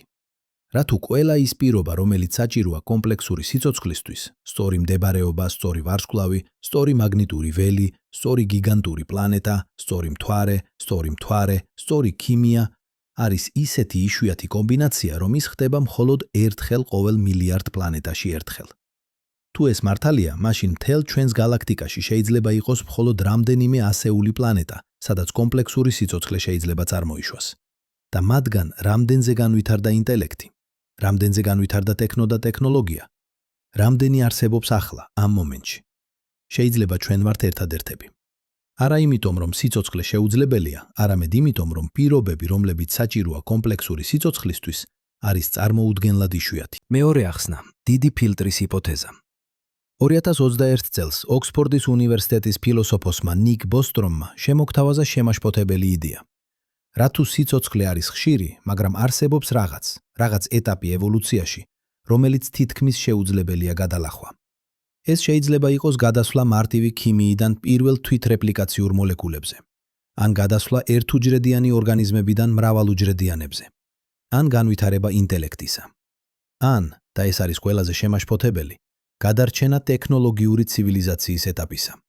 წარმოიდგინეთ, რომ ყოველი ცივილიზაცია, რომელიც აღწევს ჩვენს დონეს, აწყდება იმავე პრობლემებს: ბირთვული იარაღი, კლიმატის ცვლილება, ხელოვნური ინტელექტი, ბიოლოგიური იარაღი. და რა თუ უმეტესობა მათგანი ვერ გადალახავს ამ პრობლემებს? რა თუ არსებობს დიდი ფილტრი, ეტაპი, რომელიც კლავს თითქმის ყველა ცივილიზაციას, სანამ ისინი გახდებიან საკმარისად განვითარებული გალაქტიკაში გავრცელებისთვის? თუ ეს მართალია, მაშინ სიჩუმე, რომელსაც ჩვენ ხედავთ, არ არის იმიტომ, რომ სიცოცხლე იშვიათია.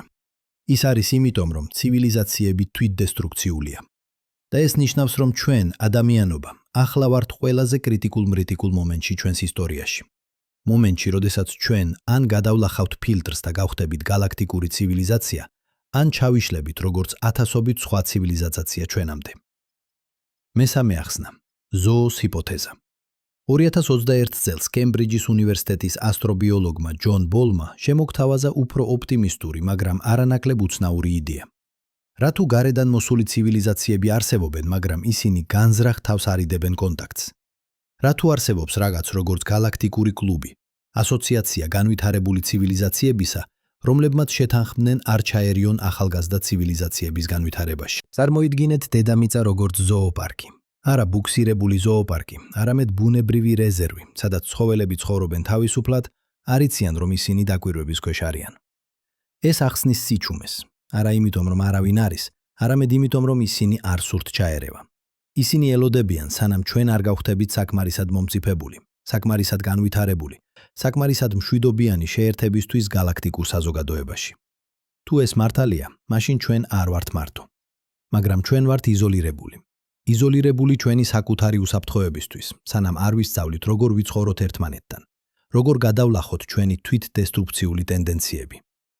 მაგრამ არსებობს კიდევ ერთი პერსპექტივა, რომელიც ყველაფერს ცვლის. ეს არის ანთროპული პრინციპი და ის არის ერთდროულად ყველაზე მარტივი და ყველაზე ღრმა იდეა ფიზიკაში. წარმოიდგინეთ, რომ თამაშობთ კოსმოსურ ლატარიას. არსებობს ტრილიონი ბილეთი, მაგრამ მხოლოდ ერთი მოგებული. ალბათობა, რომ თქვენ მოიგებთ, არის 1 ტრილიონში 1, თითქმის 0. მაგრამ აქ არის პარადოქსი. ვინმე უნდა მოიგოს. და როდესაც ვინმე მოიგებს, ის შეიძლება იფიქროს: "ვაუ, რა წარმოუდგენელი იღბალი მაქვს." მაგრამ სინამდვილეში ის არ არის იღბლიანი. ის უბრალოდ არის ის ერთი, ვინც მოიგო. ვინმე უნდა ყოფილიყო. ეს არის ანთროპული პრინციპი გამოყენებული კოსმოლოგიაში. 2021 წელს კემბრიჯის უნივერსიტეტის კოსმოლოგმა ბრენდონ კარტერმა ფორმულირება მისცა ამ იდეას. მისი არგუმენტი იყო: ჩვენ არ უნდა გავკვირდეთ, რომ ვართ პლანეტაზე, რომელიც აქვს ყველა საჭირო პირობა სიცოცხლისთვის. იმიტომ რომ თუ ჩვენი პლანეტა არ ქონდა ეს პირობები, ჩვენ არ ვიქნებოდით აქ ამის შესახებ საფიქრებლად. ჩვენ აუცილებლად უნდა ვიყოთ პლანეტაზე, რომელიც აქვს ყველა საჭირო პირობა, იმიტომ რომ მხოლოდ ასეთ პლანეტაზე შეიძლება არსებობდეს დამკვირვებლები. წარმოიდგინეთ ეს როგორც შერჩევის ეფექტი. თუ გაქვთ ტრილიონი პლანეტა და მხოლოდ ერთს აქვს ყველა საჭირო პირობა, მაშინ ნებისმიერი ცივილიზაცია, რომელიც ვითარდება და იწყებს კითხვას, რატომ ჩვენი პლანეტა არის ასე სპეციალური, აუცილებლად იქნება იმ ერთ პლანეტაზე. ეს არ არის იღბალი, ეს არის აუცილებლობა. მაგრამ აქ არის ღრმა ფილოსოფიური კითხვა. ეს ნიშნავს თუ არა, რომ ჩვენი არსებობა არ არის სპეციალური, რომ ჩვენ ვართ უბრალოდ სტატისტიკური შემთხვევა 1 ტრილიონიდან. 2021 წელს ოქსფორდის ფილოსოფოსმა დერეკ პარფიტმა შემოგთავაზა განსხვავებული პერსპექტივა. მან თქვა, თუნდაც თუ ჩვენი არსებობა არის სტატისტიკური შემთხვევა, ეს არ ხდის მას ნაკლებად მნიშვნელოვანს, იმიტომ რომ ჩვენ ვართ ის ერთი. ჩვენ ვართ ის ადგილი სამყაროში, სადაც სამყარო იწყებს საკუთარი თავის გაგებას. ჩვენ ვართ ის თვალები, რომლითაც კოსმოსი უყურებს საკუთარ თავს. მაგრამ ანთროპული პრინციპი გვაძლევს კიდევ რაღაც, პერსპექტივას დროში. ჩვენ არ ვართ მხოლოდ სწორ ადგილას, ჩვენ ვართ სწორ დროშიც. და ეს სწორი დრო არის ბევრად უფრო ვიწრო ფანჯარა, ვიდრე უმეტესობა ადამიანებს ფიქრობს. წარმოიდგინეთ სამყაროს ისტორია როგორც 24 საათიანი დღე. დიდი აფეთქება ხდება შუაღამეს. პირველი ვარსკვლავები იბადებიან დილის 2 საათზე. ჩვენი გალაქტიკა კალიბდება დილის 4 საათზე. მზე და დედამიწა კალიბდებიან საღამოს 6 საათზე. პირველი სიცოცხლე გამოჩნდება საღამოს 7 საათზე. მრავალუჯრედიანი ორგანიზმები საღამოს 10 საათზე. დინოზავრები საღამოს 11 საათზე. ადამიანები ბოლო წუთში 24 საათზე -1 წამი. ეხლა წარმოიდგინეთ მომავალი. მზე გააგრძელებს ბრწყინვას კიდევ დაახლოებით 5 მილიარდი წლის განმავლობაში. ეს არის კიდევ ერთი სრული 24 საათიანი დღე. მაგრამ დედამიწა არ დარჩება სასიცოცხლო ამ მთელი პერიოდის განმავლობაში. 2021 წელს NASA-ს კლიმატის მოდელირების ლაბორატორიამ გამოთვალა, რომ დედამიწა დარჩება სასიცოცხლო კიდევ დაახლოებით 1 მილიარდი წლის განმავლობაში. შემდეგ მზე, რომელიც ნელა ხდება უფრო ნათელი, როგორც ის ბერდება, გახდება ძალიან ცხელი. ოკეანეები დაიწყებენ აორთქლებას, სათბურის ეფექტი გაიზრდება და ნელ-ნელა გარდაულად დედამიწა გადაიქცევა მეორე ვენერად, ცხელ, მშრალ, უსიცოცხლო სამყაროდ. ეს ნიშნავს, რომ დედამიწის სასიცოცხლო პერიოდი, დრო, როდესაც კომპლექსური სიცოცხლე შეიძლება არსებობდეს, არის დაახლოებით 5 მილიარდი წელი. 5 მილიარდი წელი ჟღერს როგორც დიდი დრო, მაგრამ სამყაროს მასშტაბით ეს არის მხოლოდ მოკლე ეპიზოდი. და ჩვენ, ადამიანობა, გამოვჩნდით ამ ეპიზოდის ბოლოს, არა დასაწყისში, როდესაც ყველაფერი იყო ახალი და ნედლი, არა ბოლოში, როდესაც ყველაფერი იქნება მომაკვდავი და გაქრობადი, არამედ ზუსტად შუაში, მომენტში, როდესაც პირობები არის იდეალური.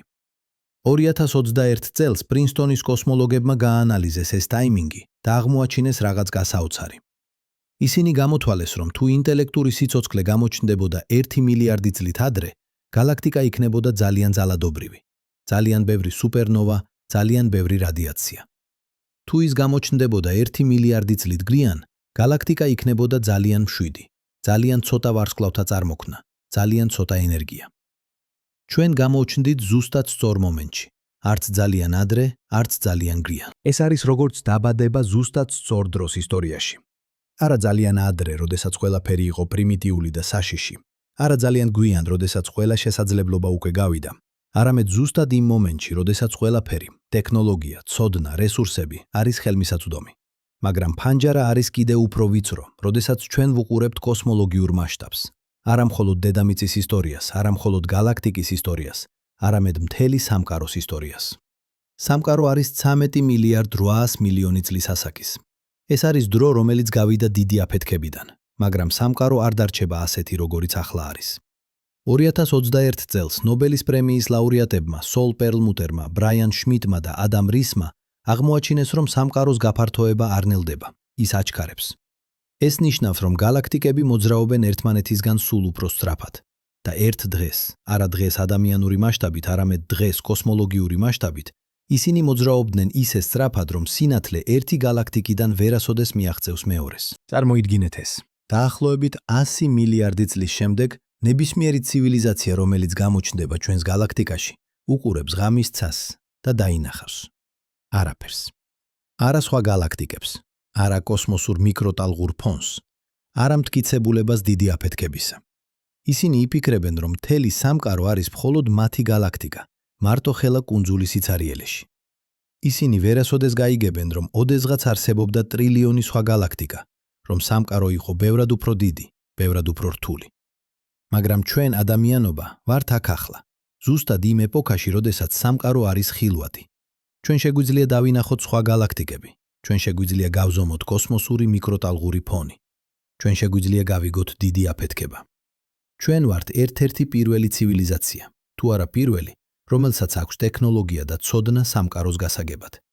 და ჩვენ ვართ აქ ზუსტად იმ მოკლე ფანჯარაში, რამდენიმე მილიარდი წელი, როდესაც ეს გაგება შესაძლებელია. 2021 წელს ჰარვარდის კოსმოლოგმა ავი ლოებმა დაწერა წიგნი, სადაც მან დასვა შემაშფოთებელი კითხვა. რა თუ ჩვენ ვართ ძალიან ადრე? რა თუ უმეტესი ცივილიზაციები, რომლებიც ოდესმე არსებობდნენ სამყაროში, ჯერ არ დაბადებულან? რა თუ ჩვენ ვართ პიონერები, პირველი თაობა, რომელიც აღწევს ვარსკვლავებს, რომელიც იწყებს გავრცელებას გალაქტიკაში? თუ ეს მართალია, მაშინ ჩვენზე დამოკიდებულია არა მხოლოდ ჩვენი მომავალი, არამედ მომავალი მთელი გალაქტიკისა. ჩვენ შეიძლება ვიყოთ ის ცივილიზაცია, რომელიც დაიწყებს გავრცელებას, რომელიც შექმნის ინფრასტრუქტურას, რომელიც დატოვებს კვალს მომავალი ცივილიზაციებისთვის. ან ჩვენ შეიძლება ვიყოთ ის ცივილიზაცია, რომელიც ჩაიშლება, რომელიც დატოვებს გაფრთხილებას. ეს არის რაც მოხდა ჩვენთან. ნუ გააკეთებთ იმავე შეცდომებს. ახლა დავაჯამოთ ყველაფერი. ყველა რიცხვი, ყველა ალბათობა, ყველა პერსპექტივა.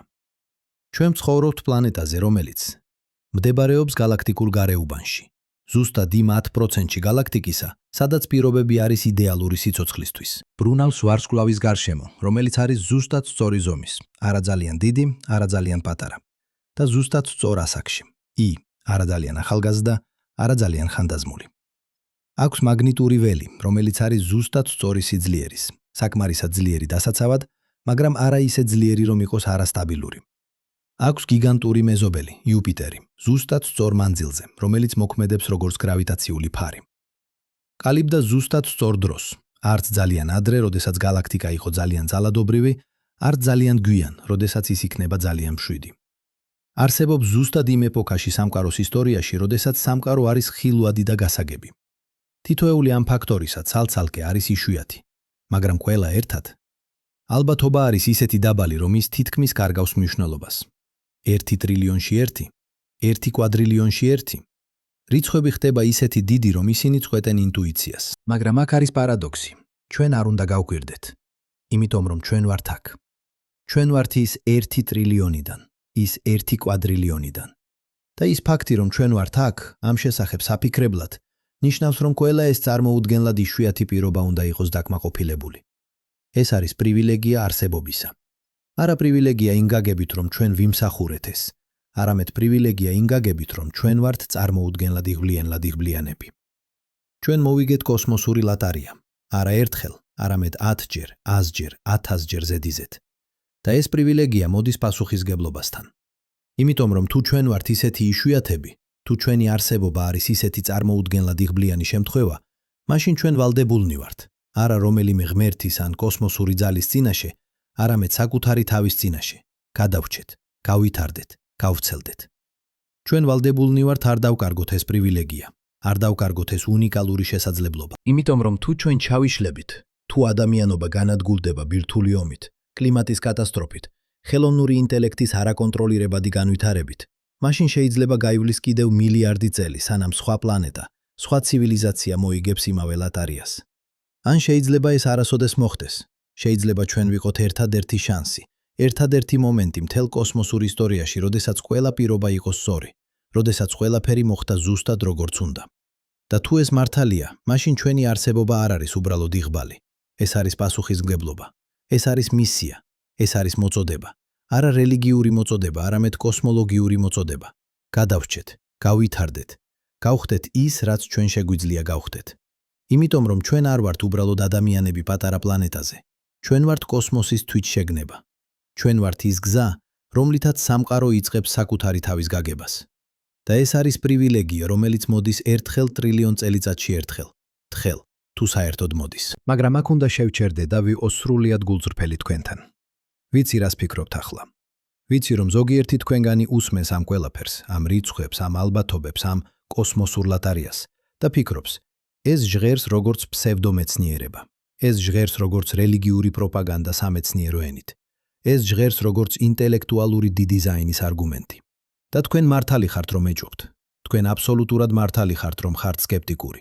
იმიტომ რომ ისტორია სავსეა მაგალითებით, როდესაც ადამიანები იღებდნენ სამეცნიერო აღმოჩენებს და აქცევდნენ მათ მისტიკურ ან რელიგიურ დოგმებად.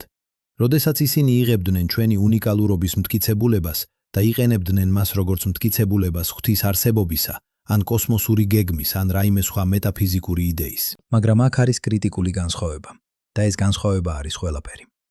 მეცნიერება, რომელსაც მე თქვენთვის ვაჩვენებ, არ ამბობს, რომ ჩვენი არსებობა არის განზრახული. ის არ ამბობს, რომ რაიმე ან ვინმე დაგგეგმა. ის ამბობს რაღაც ბევრად უფრო მარტივს და ბევრად უფრო ღრმას, რომ ჩვენი არსებობა მოითხოვდა წარმოუდგენლად იშვიათ კომბინაციას პირობებისა.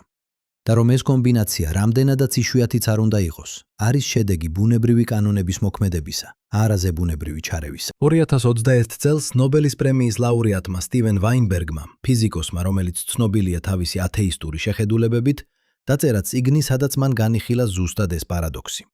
მან თქვა, რაც უფრო გასაგები ხდება სამყარო, მით უფრო უაზრო ჩანს ის. მაგრამ შემდეგ მან დაამატა რაღაც ღრმა. მაგრამ თუ არსებობს რაიმე ნუგეში ამ უაზრობაში, ის არის ის, რომ ჩვენ მაინც შეგვიძლია გავიგოთ ის. ეს არის სამეცნიერო პატიოსნება. უნარი ვთქვათ, ჩვენ არ ვიცით რატომ, ისე რომ არ შევავსოთ ეს უცოდინრობა მისტიკით. უნარი ვაღიაროთ, რომ ჩვენი არსებობა შეიძლება იყოს წარმოუდგენლად იშვიათი, მაგრამ ეს არ ნიშნავს, რომ იმის არის განასაკუთრებული რაიმე კოსმოსური ან სულიერი გაგებით. ეს უბრალოდ ნიშნავს, რომ ჩვენ ვართ ირბლიანები. ირბლიანები იმ გაგებით, რომ ყველა კამათელი დაეცა სწორ მხარეს. მაგრამ ეხლა მოდით წავიდეთ კიდევ უფრო შორს. კიდევ ერთი ბიჯი, რომელიც შეცვლის ყველაფერს. იმიტომ რომ არსებობს თეორია, არა დამტკიცებული, არამედ სერიოზულად განხილული ბევრი წამყვანი ფიზიკოსის მიერ, რომელიც ხსნის ჩვენი არსებობის შემთხვევითობას, სრულიად განსხვავებული გზით. ეს თეორია ეწოდება მულტივერსი. წარმოიდგინეთ, რომ ჩვენი სამყარო, ყველაფერი, რაც ჩვენ შეგვიძლია დავინახოთ, გავზომოთ, გავიგოთ, არის მხოლოდ ერთი ბუშტი უზარმაზარ ქაფში. თითოეული ბუშტი არის სამყარო თავისი ფიზიკური კანონებით, თავისი კონსტანტებით, თავისი ისტორიით.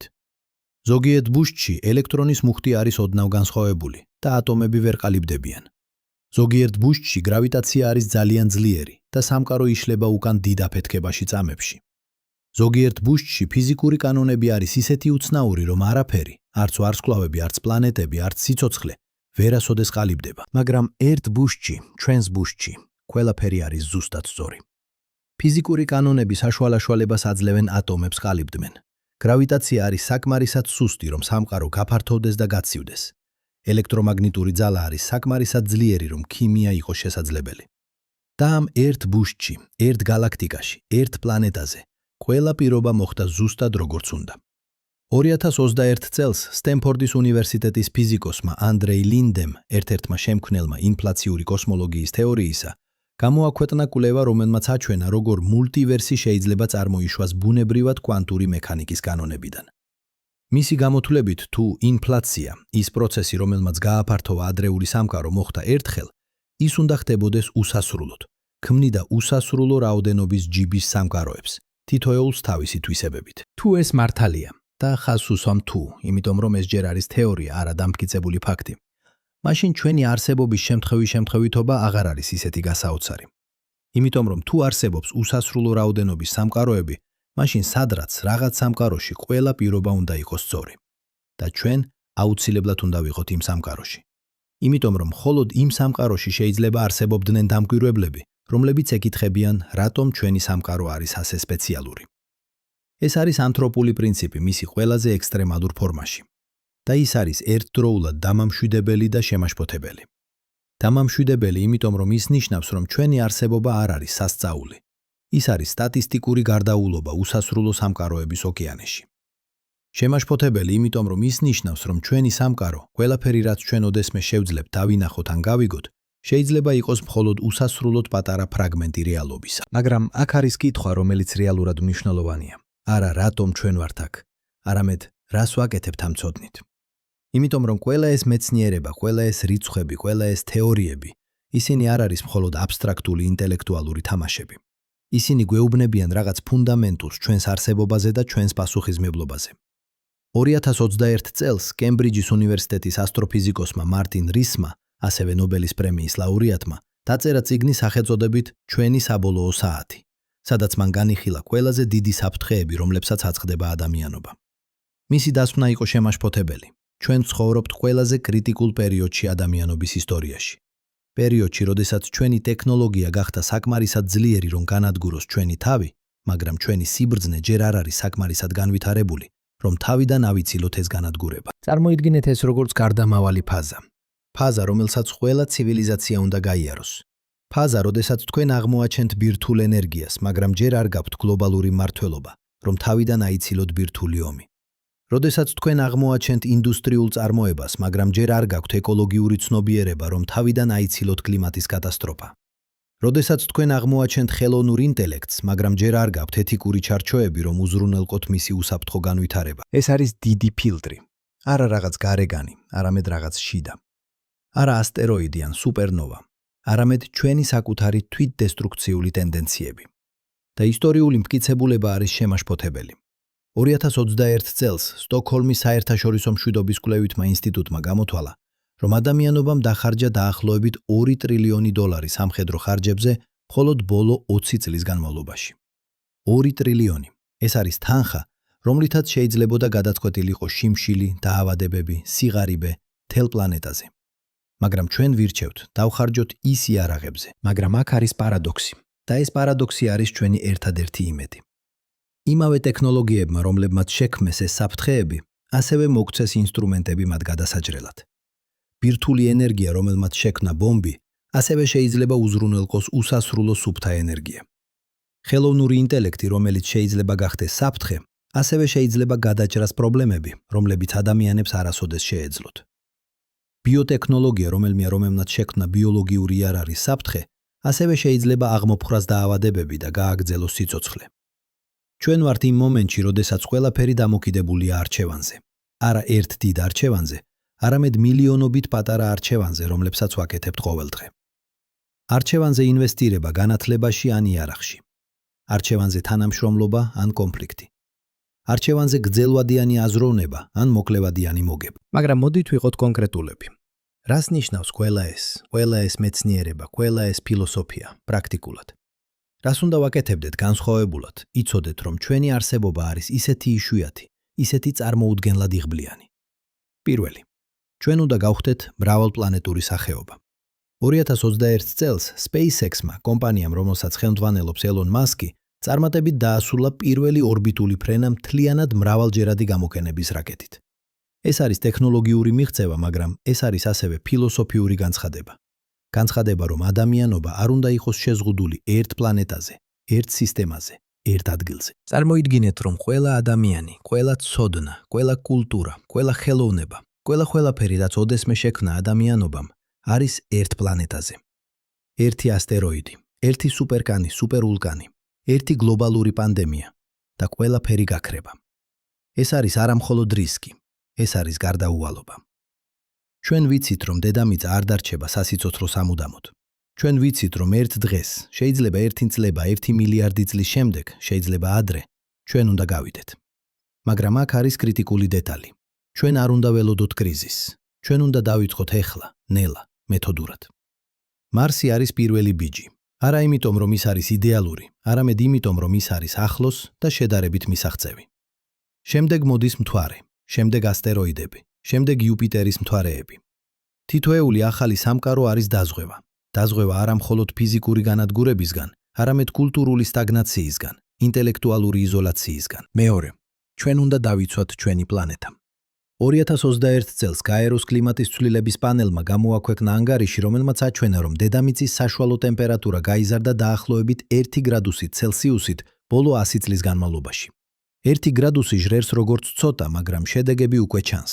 უფრო ხშირი ქარიშხლები, უფრო ინტენსიური გვალვები, უფრო სწრაფი ყინულის დნობა. და ეს არის მხოლოდ დასაწყისი. მაგრამ აქ არის პარადოქსი. ჩვენ ვიცით რა უნდა გავაკეთოთ. ტექნოლოგია უკვე არსებობს. მზის ენერგია, ქარის ენერგია, ბირთვული ენერგია, ენერგიის შენახვა. პრობლემა არ არის ტექნიკური, პრობლემა არის პოლიტიკური, ეკონომიკური, ფსიქოლოგიური. ჩვენ ვიცით, რომ უნდა შევცვალოთ, მაგრამ ცვლილება არის რთული. ცვლილება მოითხოვს მსხვერპლს, არა დიდ მსხვერპლს, არამედ მილიონობით პატარა მსხვერპლს. მსხვერპლს კომფორტში, მსხვერპლს მოხერხებულოში, მსხვერპლს მოკლევადიან მოგებაში. მესამე, ჩვენ უნდა გავავრცელოთ ცოდნა. 2021 წელს იუნესკომ გამოაქვეყნა სტატისტიკა, რომელმაც აჩვენა, რომ დაახლოებით 760 მილიონი ბავშვი მთელ მსოფლიოში არ დადის სკოლაში. 760 მილიონი. ეს არის თითქმის 10% მთელი ადამიანობისა. 10%, რომლებსაც არ ექნება შანსი ისწავლონ წერა-კითხვა, მათემატიკა, მეცნიერება. 10%, რომლებსაც არ ექნება შანსი გახდნენ მეცნიერები, ინჟინრები, ხელოვანები, ფილოსოფოსები. წარმოიდგინეთ, რამდენი პოტენციალი იკარგება. რამდენი აინშტაინი, რამდენი მარი კიური, რამდენი სტივენ ჰოკინგი არასოდეს მიიღებს შანსს განავითაროს თავისი ნიჭი. არა იმიტომ, რომ მათ არ აქვთ ნიჭი, არამედ იმიტომ, რომ მათ არ აქვთ შესაძლებლობა. და ეს არ არის მხოლოდ ტრაგედია მათთვის, ეს არის ტრაგედია ყველასთვის. იმიტომ, რომ შეიძლება ზუსტად ერთ-ერთი იმ ბავშვებს, რომლებიც ახლა არ დადიან სკოლაში, კონდეს იდეა, რომელიც გადაარჩენს ადამიანობას. ეხლა დავბრუნდეთ იქ, საიდანაც დავიწყეთ. იმ ღამეში, იმ ეზოში, იმ ვარსკვლავების ქვეშ. მაგრამ ეხლა თქვენ ხედავთ მათ განსხვავებულად. თქვენ იცით, რომ ყოველი ვარსკვლავი, რომელსაც ხედავთ, არის მზე. შეიძლება უფრო დიდი, შეიძლება პატარა, მაგრამ მზე. და ყოველ მზეს შეიძლება კონდეს პლანეტები. და ზოგიერთ იმ პლანეტებს შეიძლება კონდეს ყველა ის, რაც აქვს დედამიწას. სწორი მდებარეობა, სწორი ვარსკვლავი, სწორი მაგნიტური ველი, სწორი გიგანტური მეზობელი. მაგრამ თქვენ ასევე იცით, რომ ეს კომბინაცია არის წარმოუდგენლად იშვიათი. რომ უმეტესობა იმ პლანეტებისა არის ან ძალიან ცხელი, ან ძალიან ცივი, ან ძალიან რადიოაქტიური, ან ძალიან ღარიბი ელემენტებზე.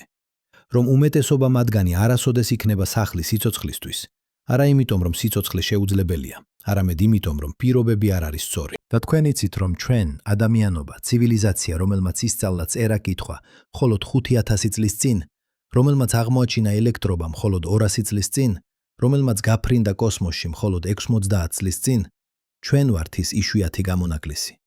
ჩვენ ვართ ის 1 ტრილიონიდან, ის 1 კვადრილიონიდან, რომელმაც მოიგო კოსმოსური ლატარია. და ეს მოგება მოდის პასუხისგებლობასთან.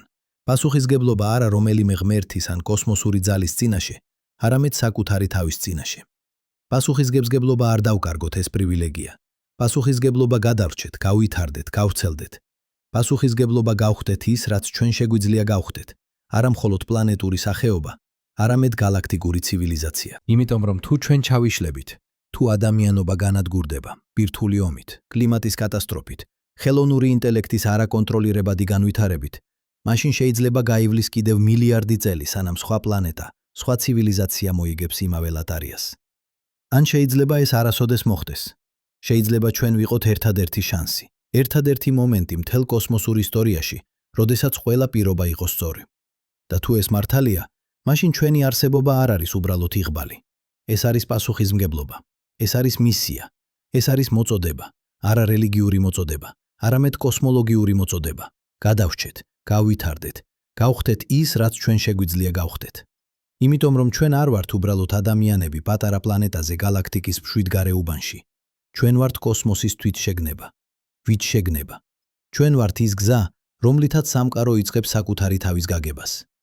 ჩვენ ვართ ის თვალები, რომლითაც კოსმოსი უყურებს საკუთარ თავს. ჩვენ ვართ ის ხმა, რომლითაც სიჩუმე იწყებს საუბარს. და ეს არის პრივილეგია, რომელიც მოდის ერთხელ ტრილიონ წელიწადში ერთხელ, თუ საერთოდ მოდის. პრივილეგია, რომელიც მოითხოვს არა მხოლოდ აღფრთოვანებას, არამედ მოქმედებასებას. არა მხოლოდ გაგებას, არამედ პასუხისმგებლობას. არა მხოლოდ ცოდნას, არამედ სიბრძნეს. იმიტომ რომ ჩვენ ცხოვრობთ galaktikis მშვიდგარე უბანში, არა შემთხვევით.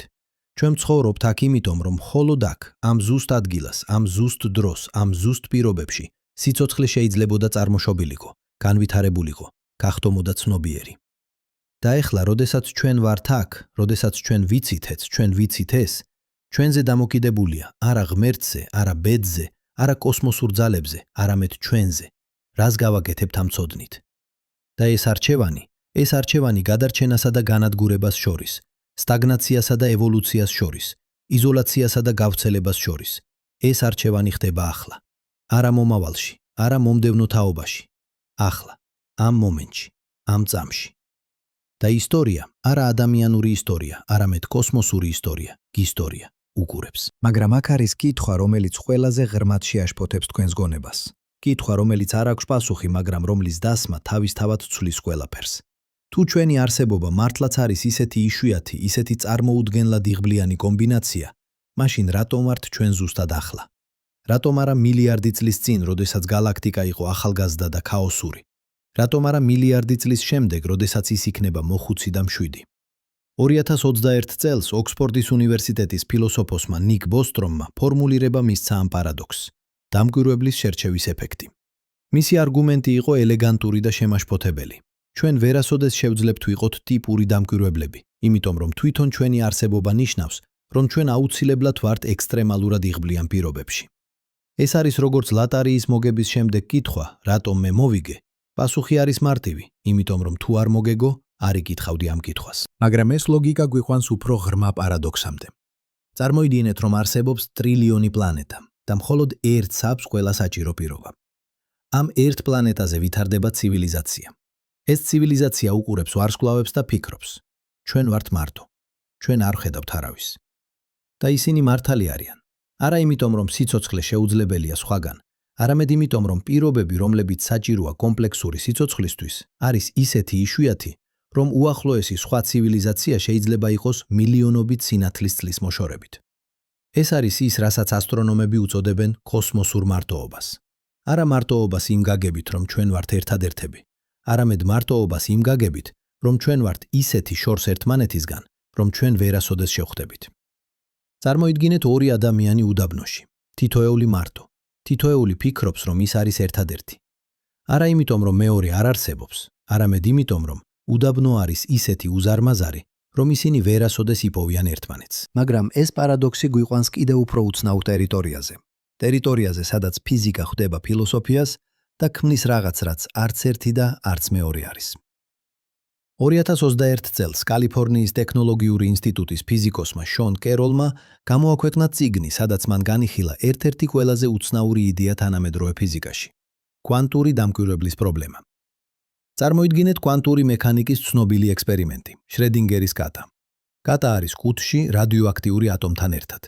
თუ ატომი დაიშლება, კატა კვდება. თუ არა, კატა ცოცხალია. მაგრამ კვანტური მექანიკის თანახმად, სანამ ჩვენ არ გავხსნით ყუთს და არ დავაკვირდებით, კატა არის ორივე მდგომარეობაში ერთდროულად, ცოცხალი და მკვდარი. მკვდარი. ხოლო დაკვირვების აქტი ანგრევს ამ სუპერპოზიციას და აიძულებს რეალობას აირჩიოს ერთი მდგომარეობა. ეხლა გადაიტანეთ ეს იდეა კოსმოლოგიურ მასშტაბზე. 2021 წელს პრინსტონის ფიზიკოსმა ჯონ არჩიბალდ უილერმა, ერთ-ერთმა შემქმნელმა კვანტური მექანიკის ინტერპრეტაციისა, შემოგთავაზა რადიკალური იდეა. რა თუ მთელი სამყარო იყო კვანტურ სუპერპოზიციაში? ყველა შესაძლო ისტორია, ყველა შესაძლო კონფიგურაცია არსებობდა ერთდროულად, სანამ არ გამოჩნდა პირველი დამკვირვებელი. და მხოლოდ მაშინ, როდესაც ვინმე რაღაც დაიწყო დაკვირვება, რეალობამ აირჩია ერთი კონკრეტული ისტორია. ეს ჟღერს როგორც მისტიკა, მაგრამ ეს არის სერიოზული ფიზიკური იდეა, რომელსაც უწოდებენ მონაწილე ანთროპულ პრინციპს. იდეა, რომ დამკვირვებლები ჩვენ არ ვართ უბრალოდ პასიური მაყურებლები რეალობისა. ჩვენ ვართ აქტიური მონაწილეები მის შექმნაში. არა იმ გაგებით, რომ ჩვენ ვქმნით რეალობას ჩვენი ფიქრებით, ეს იქნებოდა სოლიფსიზმი, არამედ იმ გაგებით, რომ თვითონ ჩვენი არსებობა, ჩვენი უნარი, დავაკვირდეთ და გავიგოთ, არის ნაწილი იმისა, რაც ხდის რეალობას რეალურს. წარმოიდგინეთ ეს როგორც კოსმოსური თამაში. თამაში, რომელიც არ არსებობს, სანამ არ არის მოთამაშე. სამყარო შეიძლება ქონდეს ყველა წესი, ყველა კანონი, ყველა შესაძლებლობა, მაგრამ სანამ არ არის ვინმე, ვინც თამაშობს, თამაში არ იწყება. და ჩვენ, ადამიანობა, ცნობიერება, ინტელექტი, ჩვენ ვართ პირველი მოთამაშეები, რომლებმაც ისწავლეს წესები, რომლებმაც დაიწყეს თამაში გაგებით. მაგრამ აქ უნდა ვიყო აბსოლუტურად გულწრფელი. ყველაფერი, რაც მე გითხარით, ყველა ეს მეცნიერება, ყველა ეს თეორია, ყველა ეს რიცხვები, ეს არის მხოლოდ დასაწყისი. ჩვენ ვიცით ისეთი ცოტა. ჩვენ ვიცით, რომ ჩვენი მდებარეობა არის იდეალური, მაგრამ ჩვენ არ ვიცით, რატომ ფიზიკური კანონები არის ზუსტად ისეთი, რომ ისინი საშუალებას აძლევენ ამ იდეალურობას არსებობდეს. ჩვენ ვიცით, რომ მაგნიტური ველი გვიცავს, მაგრამ ჩვენ არ ვიცით, რატომ დედამიწის ბირთვი არის ზუსტად სწორი ზომის. ჩვენ ვიცით, რომ იუპიტერი მოქმედებს როგორც ფარი, მაგრამ ჩვენ არ ვიცით, რატომ ის აღმოჩნდა ზუსტად სწორ ადგილას. 2021 წელს ნობელის პრემიის ლაურეატმა ფრენკ ვილჩეკმა დაწერა ესე სახელწოდებით ლამაზი კითხვა, სადაც მან თქვა რაღაც ღრმა. ბუნება გვიპასუხებს ჩვენს კითხვებს, მაგრამ ის არასოდეს გვეუბნება რატომ.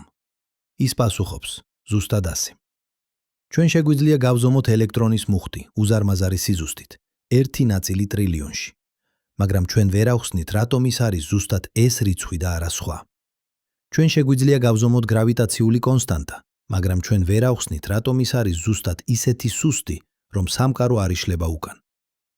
ეს არის ის, რასაც ფიზიკოსები უწოდებენ ბუნებრივი კონსტანტების პრობლემას. პრობლემა, რომელიც 10 წლეულების განმავლობაში აბნევს ყველაზე ბრწყინვალე გონებებს.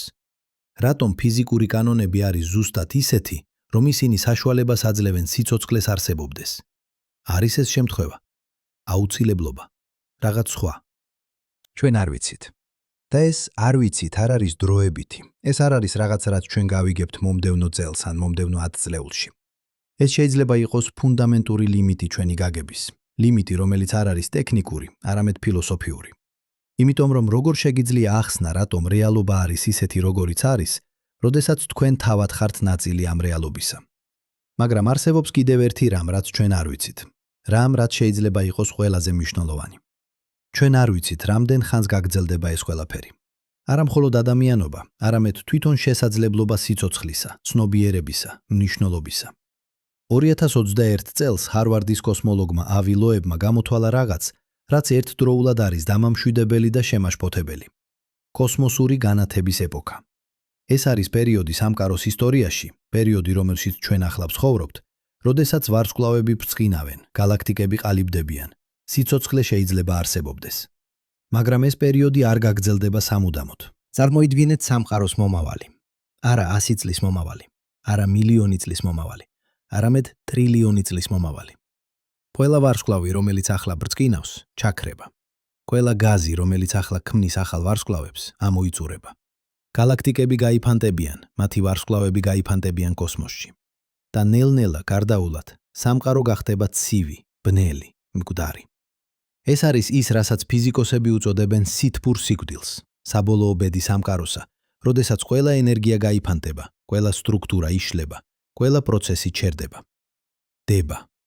არა აფეთქება, არა კატასტროფა. უბრალოდ ნელი, გარდაუვალი გაქრობა ყველაფრისა, რაც ოდესმე იყო. მაგრამ აქ არის პარადოქსი. პარადოქსი, რომელიც ხდის ჩვენს არსებობას კიდევ უფრო მნიშვნელოვანს. 2021 წელს ოქსფორდის ფილოსოფოსმა დერეკ პარფიტმა დასვა კითხვა. თუ ყველაფერი ბოლოვდება, თუ სამყარო საბოლოოდ გახდება ცივი და მკვდარი, მაშინ რა მნიშვნელობა აქვს ყველაფერს, რაც ჩვენ ვაკეთებთ ახლა? რა მნიშვნელობა აქვს ჩვენს ცოდნას, ჩვენს ხელოვნებას, ჩვენს სიყვარულს, თუ ყველაფერი საბოლოოდ გაქრება? და მისი პასუხი იყო ღრმა. მნიშვნელობა არ არის რაღაც, რაც არსებობს სამუდამოდ. მნიშვნელობა არის რაღაც, რაც არსებობს ახლა. ის ფაქტი, რომ ყველაფერი ბოლოვდება, არ ხდის მას უაზროს. ის ხდის მას ძვირფას. იმიტომ რომ თუ ეს არის ერთადერთი მომენტი მთელ კოსმოსურ ისტორიაში, როდესაც სიცოცხლე, ცნობიერება, მნიშვნელობა შეიძლება არსებობდეს, მაშინ ეს მომენტი არის ყველაფერი. ახლა დავბრუნდეთ. დავბრუნდეთ იქ, საიდანაც დავიწყეთ. დავბრუნდეთ იმ ღამეს, იმ ეზოს, იმ ვარსკვლავების ქვეშ. მაგრამ ახლა გავაკეთოთ რაღაც განსხვავებული. დავიწყოთ ზუმის უკან გადაადგილება. არა გარეთ კოსმოსისკენ, არამედ შიგნით, ადამიანისკენ. წარმოიდგინეთ, რომ ის ადამიანი, რომელიც დგას იმ ეზოში და უყურებს ვარსკვლავებს, ეს ხართ თქვენ. და ახლა დავიწყოთ ზუმი შიგნით. ჯერ ვხედავთ თქვენს სხეულს, 2 მეტრის სიმაღლის ორგანიზმს, რომელიც შედგება დაახლოებით 37 ტრილიონი უჯრედისგან. შემდეგ ზუმავთ უფრო ახლოს. ვხედავთ ერთ უჯრედს, მიკროსკოპულ სამყაროს, რომელიც სავსეა მოლეკულებით, პროტეინებით, დნმ-ით. შემდეგ კიდევ უფრო ახლოს. ვხედავთ ატომს, უზარმაზარ სიცარიელეს, სადაც პატარა ბირთვი გარშემორტყმულია ელექტრონების ღრუბლით. და აქ არის გასაოცარი რამ. ეს ატომი, ეს ნახშირბადის ატომი თქვენს სხეულში არ დაიბადა დედამიწაზე. ის დაიბადა ვარსკვლავის შიგნით. ვარსკვლავის, რომელიც ცხოვრობდა და კვდებოდა მილიარდობით წლის წინ, სანამ მზე ან დედამიწა არსებობდა. ეს ატომი იყო ნაწილი იმ ვარსკვლავის ბირთვისა, სადაც ტემპერატურა აღწევდა მილიონობით გრადუსს, სადაც წნევა იყო ისეთი უზარმაზარი, რომ ჰელიუმის ბირთვები იძულებულნი იყვნენ შეერთებულიყვნენ და შექმნან ნახშირბადი. 2021 წელს ჰარვარდის ასტროფიზიკოსმა ნეილ დეგრას ტაისონმა თქვა რაღაც, რაც გახდა ცნობილი. ჩვენ ვართ ვარსკვლავების ნივთიერება. მაგრამ ეს არ არის მხოლოდ პოეტური მეტაფორა. ეს არის ბუქვალური ფაქტი. თითოეული ატომი თქვენს სხეულში, გარდა წყალბადისა, შეიქმნა ვარსკვლავის შიგნით. ნახშირბადი თქვენს კუნთებში, კალციუმი თქვენს ძვლებში, შკინა თქვენს სისხლში. ყველა მათგანი არის ვარსკვლავური მტვერი, ნარჩენები კოსმოსური ალქიმიიდან, რომელიც მოხდა მილიარდობით წლის წინ, ტრილიონობით კილომეტრის მოშორებით. და ეს ნიშნავს, რომ თქვენ, თქვენი სხეული, თქვენი გონება, თქვენი ცნობიერება ხართ პირდაპირი კავშირი იმ კოსმოსურ პროცესებთან, რომლებზეც ვსაუბრობდით. თქვენ არ ხართ გარეგანი დამკვირვებელი, რომელიც უყურებს სამყაროს. თქვენ ხართ სამყარო, პატარა ნაწილი მისი, მაგრამ ნაწილი, რომელმაც ისწავლა საკუთარი თავის დანახვა. გახსოვთ როგორ დავიწყეთ. გახსოვთ ის სურათი. თქვენ დგახართ თქვენი სახლის ეზოში ღამით, უყურებთ ვარსკვლავებს და უცებ ხედავთ რაღაც გასაოცარს. ჩვენი მზე, ჩვენი პლანეტა, ყველაფერი რაც გვიცნობია მდებარეობს არა გალაქტიკის ცენტრში, არამედ სადღაც გარეთ, შვიდ, თითქმის უსახელო რეგიონში. ჩვენ ცხოვრობთ კოსმოსურ გარეუბანში. მაშინ ეს ჟღერდა როგორც იმედგაცრუება, არა? როგორც რაღაც, რაც ხდის ჩვენ ნაკლებად სპეციალურებს, ნაკლებად მნიშვნელოვანებს. მაგრამ ახლა ყველაფრის შემდეგ, რაც ჩვენ გავიარეთ, ყველა რიცხვის, ყველა ალბათობის, ყველა პარადოქსის შემდეგ, თქვენ ხედავთ მას განსხვავებულად. ახლა თქვენ იცით, რომ ეს მშვიდი გარეუბანი არ არის იმედგაცრუება. ეს არის პრივილეგია. პრივილეგია იმისა, რომ იყო ზუსტად იქ, სადაც რადიაცია არ არის ძალიან ძლიერი, სადაც სუპერნოვები არ არის ძალიან ხშირი, სადაც მძიმე ელემენტები არის ზუსტად სწორ კონცენტრაციაში, სადაც ყველაფერი, აბსოლუტურად ყველაფერი არ არის ზუსტად როგორც უნდა იყოს სიცოცხლისთვის. ეს უსახელო რეგიონი აღმოჩნდა ყველაზე სპეციალური ადგილი მთელ გალაქტიკაში. არა იმიტომ, რომ ის არის ცენტრში, არამედ იმიტომ, რომ ის არის ზუსტად იქ, სადაც ცენტრის ენერგია და პერიფერიის სიმშვიდე ხვდებიან და ქმნიან იდეალურ ბალანსს. და თქვენ, ადამიანი, რომელიც დგას იმ ეზოში და უყურებს ვარსკვლავებს, თქვენ ხართ პროდუქტი ამ ბალანსისა. თქვენი სხეული შედგება ატომებისგან, რომლებიც შეიქმნა ვარსკვლავებში. თქვენი გონება მუშაობს ნეირონებით, რომლებიც განვითარდნენ მილიარდობით წლის ევოლუციის შედეგად. თქვენი ცნობიერება, თქვენი უნარი, იფიქროთ, იგრძნოთ, გაიგოთ, არის ყველაზე კომპლექსური სტრუქტურა, რომელიც ოდესმე არსებობდა ამ კუთხეში სამყაროსა. და ეხლა, ამ ბოლო მომენტში, მინდა დავსვა ერთი კითხვა. კითხვა, რომელზეც არ არსებობს პასუხი, მაგრამ რომლის დასმა თავისთავად არის პასუხი. რა იქნებოდა თუ ყველაფერი რაც მოხდა, დიდი აფეთქება, გალაქტიკების ფორმირება, ვარსკვლავების დაბადება და სიკვდილი, პლანეტების შექმნა, სიცოცხლის წარმოშობა, ევოლუცია, ცნობიერების გაჩენა. რა იქნებოდა თუ ყველა ეს ტრილიონი მოვლენა, რომლებიც მოხდა 13 მილიარდ 800 მილიონი წლის განმავლობაში, იყო არა მიზანი, არამედ პროცესი. პროცესი, რომლის შედეგი ხართ თქვენ. არა თქვენ პირადად, არამედ თქვენ როგორც წარმომადგენელი იმისა, რაც შეიძლება გახდეს, როდესაც სამყარო იღებს საკმარის დროს და სივრცეს. შეიძლება ჩვენ არ ვართ შემთხვევა. შეიძლება ჩვენ არ ვართ ანომალია. შეიძლება ჩვენ ვართ ის, რაც ხდება, როდესაც სამყარო, ნებისმიერი ფიზიკური კანონებით იღებს საკმარის დროს. შეიძლება სიცოცხლე, ცნობიერება, ინტელექტი არ არის იშვიათი გამონაკლისი. შეიძლება ეს არის გარდაუვალი შედეგი, როდესაც მატერია და ენერგია იღებენ საკმარის დროს ორგანიზებისთვის. ან შეიძლება არა. შეიძლება ჩვენ მართლაც ვართ ერთადერთები. ერთადერთი მომენტი მთელ კოსმოსურ ისტორიაში, როდესაც ყველაფერი მოხდა ზუსტად როგორც უნდა. ერთადერთი ადგილი, სადაც სამყარო გახსნა თვალები და დაინახა საკუთარი თავი. ჩვენ არ ვიცით. და ეს არ ვიცით არ არის სისუსტე. ეს არის ძალა. იმიტომ რომ ის ნიშნავს, რომ ჩვენ ჯერ კიდევ ვსწავლობთ, ჯერ კიდევ ვიკვლევთ, ჯერ კიდევ ვეძებთ. ის ნიშნავს, რომ ისტორია არა ადამიანური ისტორია, არამედ კოსმოსური ისტორია, ჯერ არ დასრულებულა. და შეიძლება, მხოლოდ შეიძლება, ყველაზე მნიშვნელოვანი ნაწილი ჯერ არ დაწყებულა. იმიტომ რომ ჩვენ ადამიანობა ვართ ჯერ კიდევ ახალგაზრდები. ისეთი ახალგაზრდები კოსმოსურ მასშტაბით, რომ ჩვენ თითქმის არ არსებობთ. მაგრამ ჩვენ ვართ აქ. ჩვენ ვსწავლობთ, ჩვენ ვიზრდებით. და შეიძლება, მხოლოდ შეიძლება, ერთ დღეს ჩვენ გავხდებით ის, რაც ყოველთვის უნდა გქონოდა. არა მარტო ხელასახეობა პატარა პლანეტაზე, გალაქტიკის მშვიდ გარეუბანში, არამედ ცივილიზაცია, რომელიც ვრცელდება ვარსკვლავებზე, რომელიც ატარებს სიცოცხლეს, ცნობიერებას, მნიშვნელობას იქ, სადაც ის არასოდეს ყოფილა. და მაშინ, მხოლოდ მაშინ, ჩვენი მშვიდი გარეუბანი აღარ იქნება გარეუბანი. ის იქნება სახლი,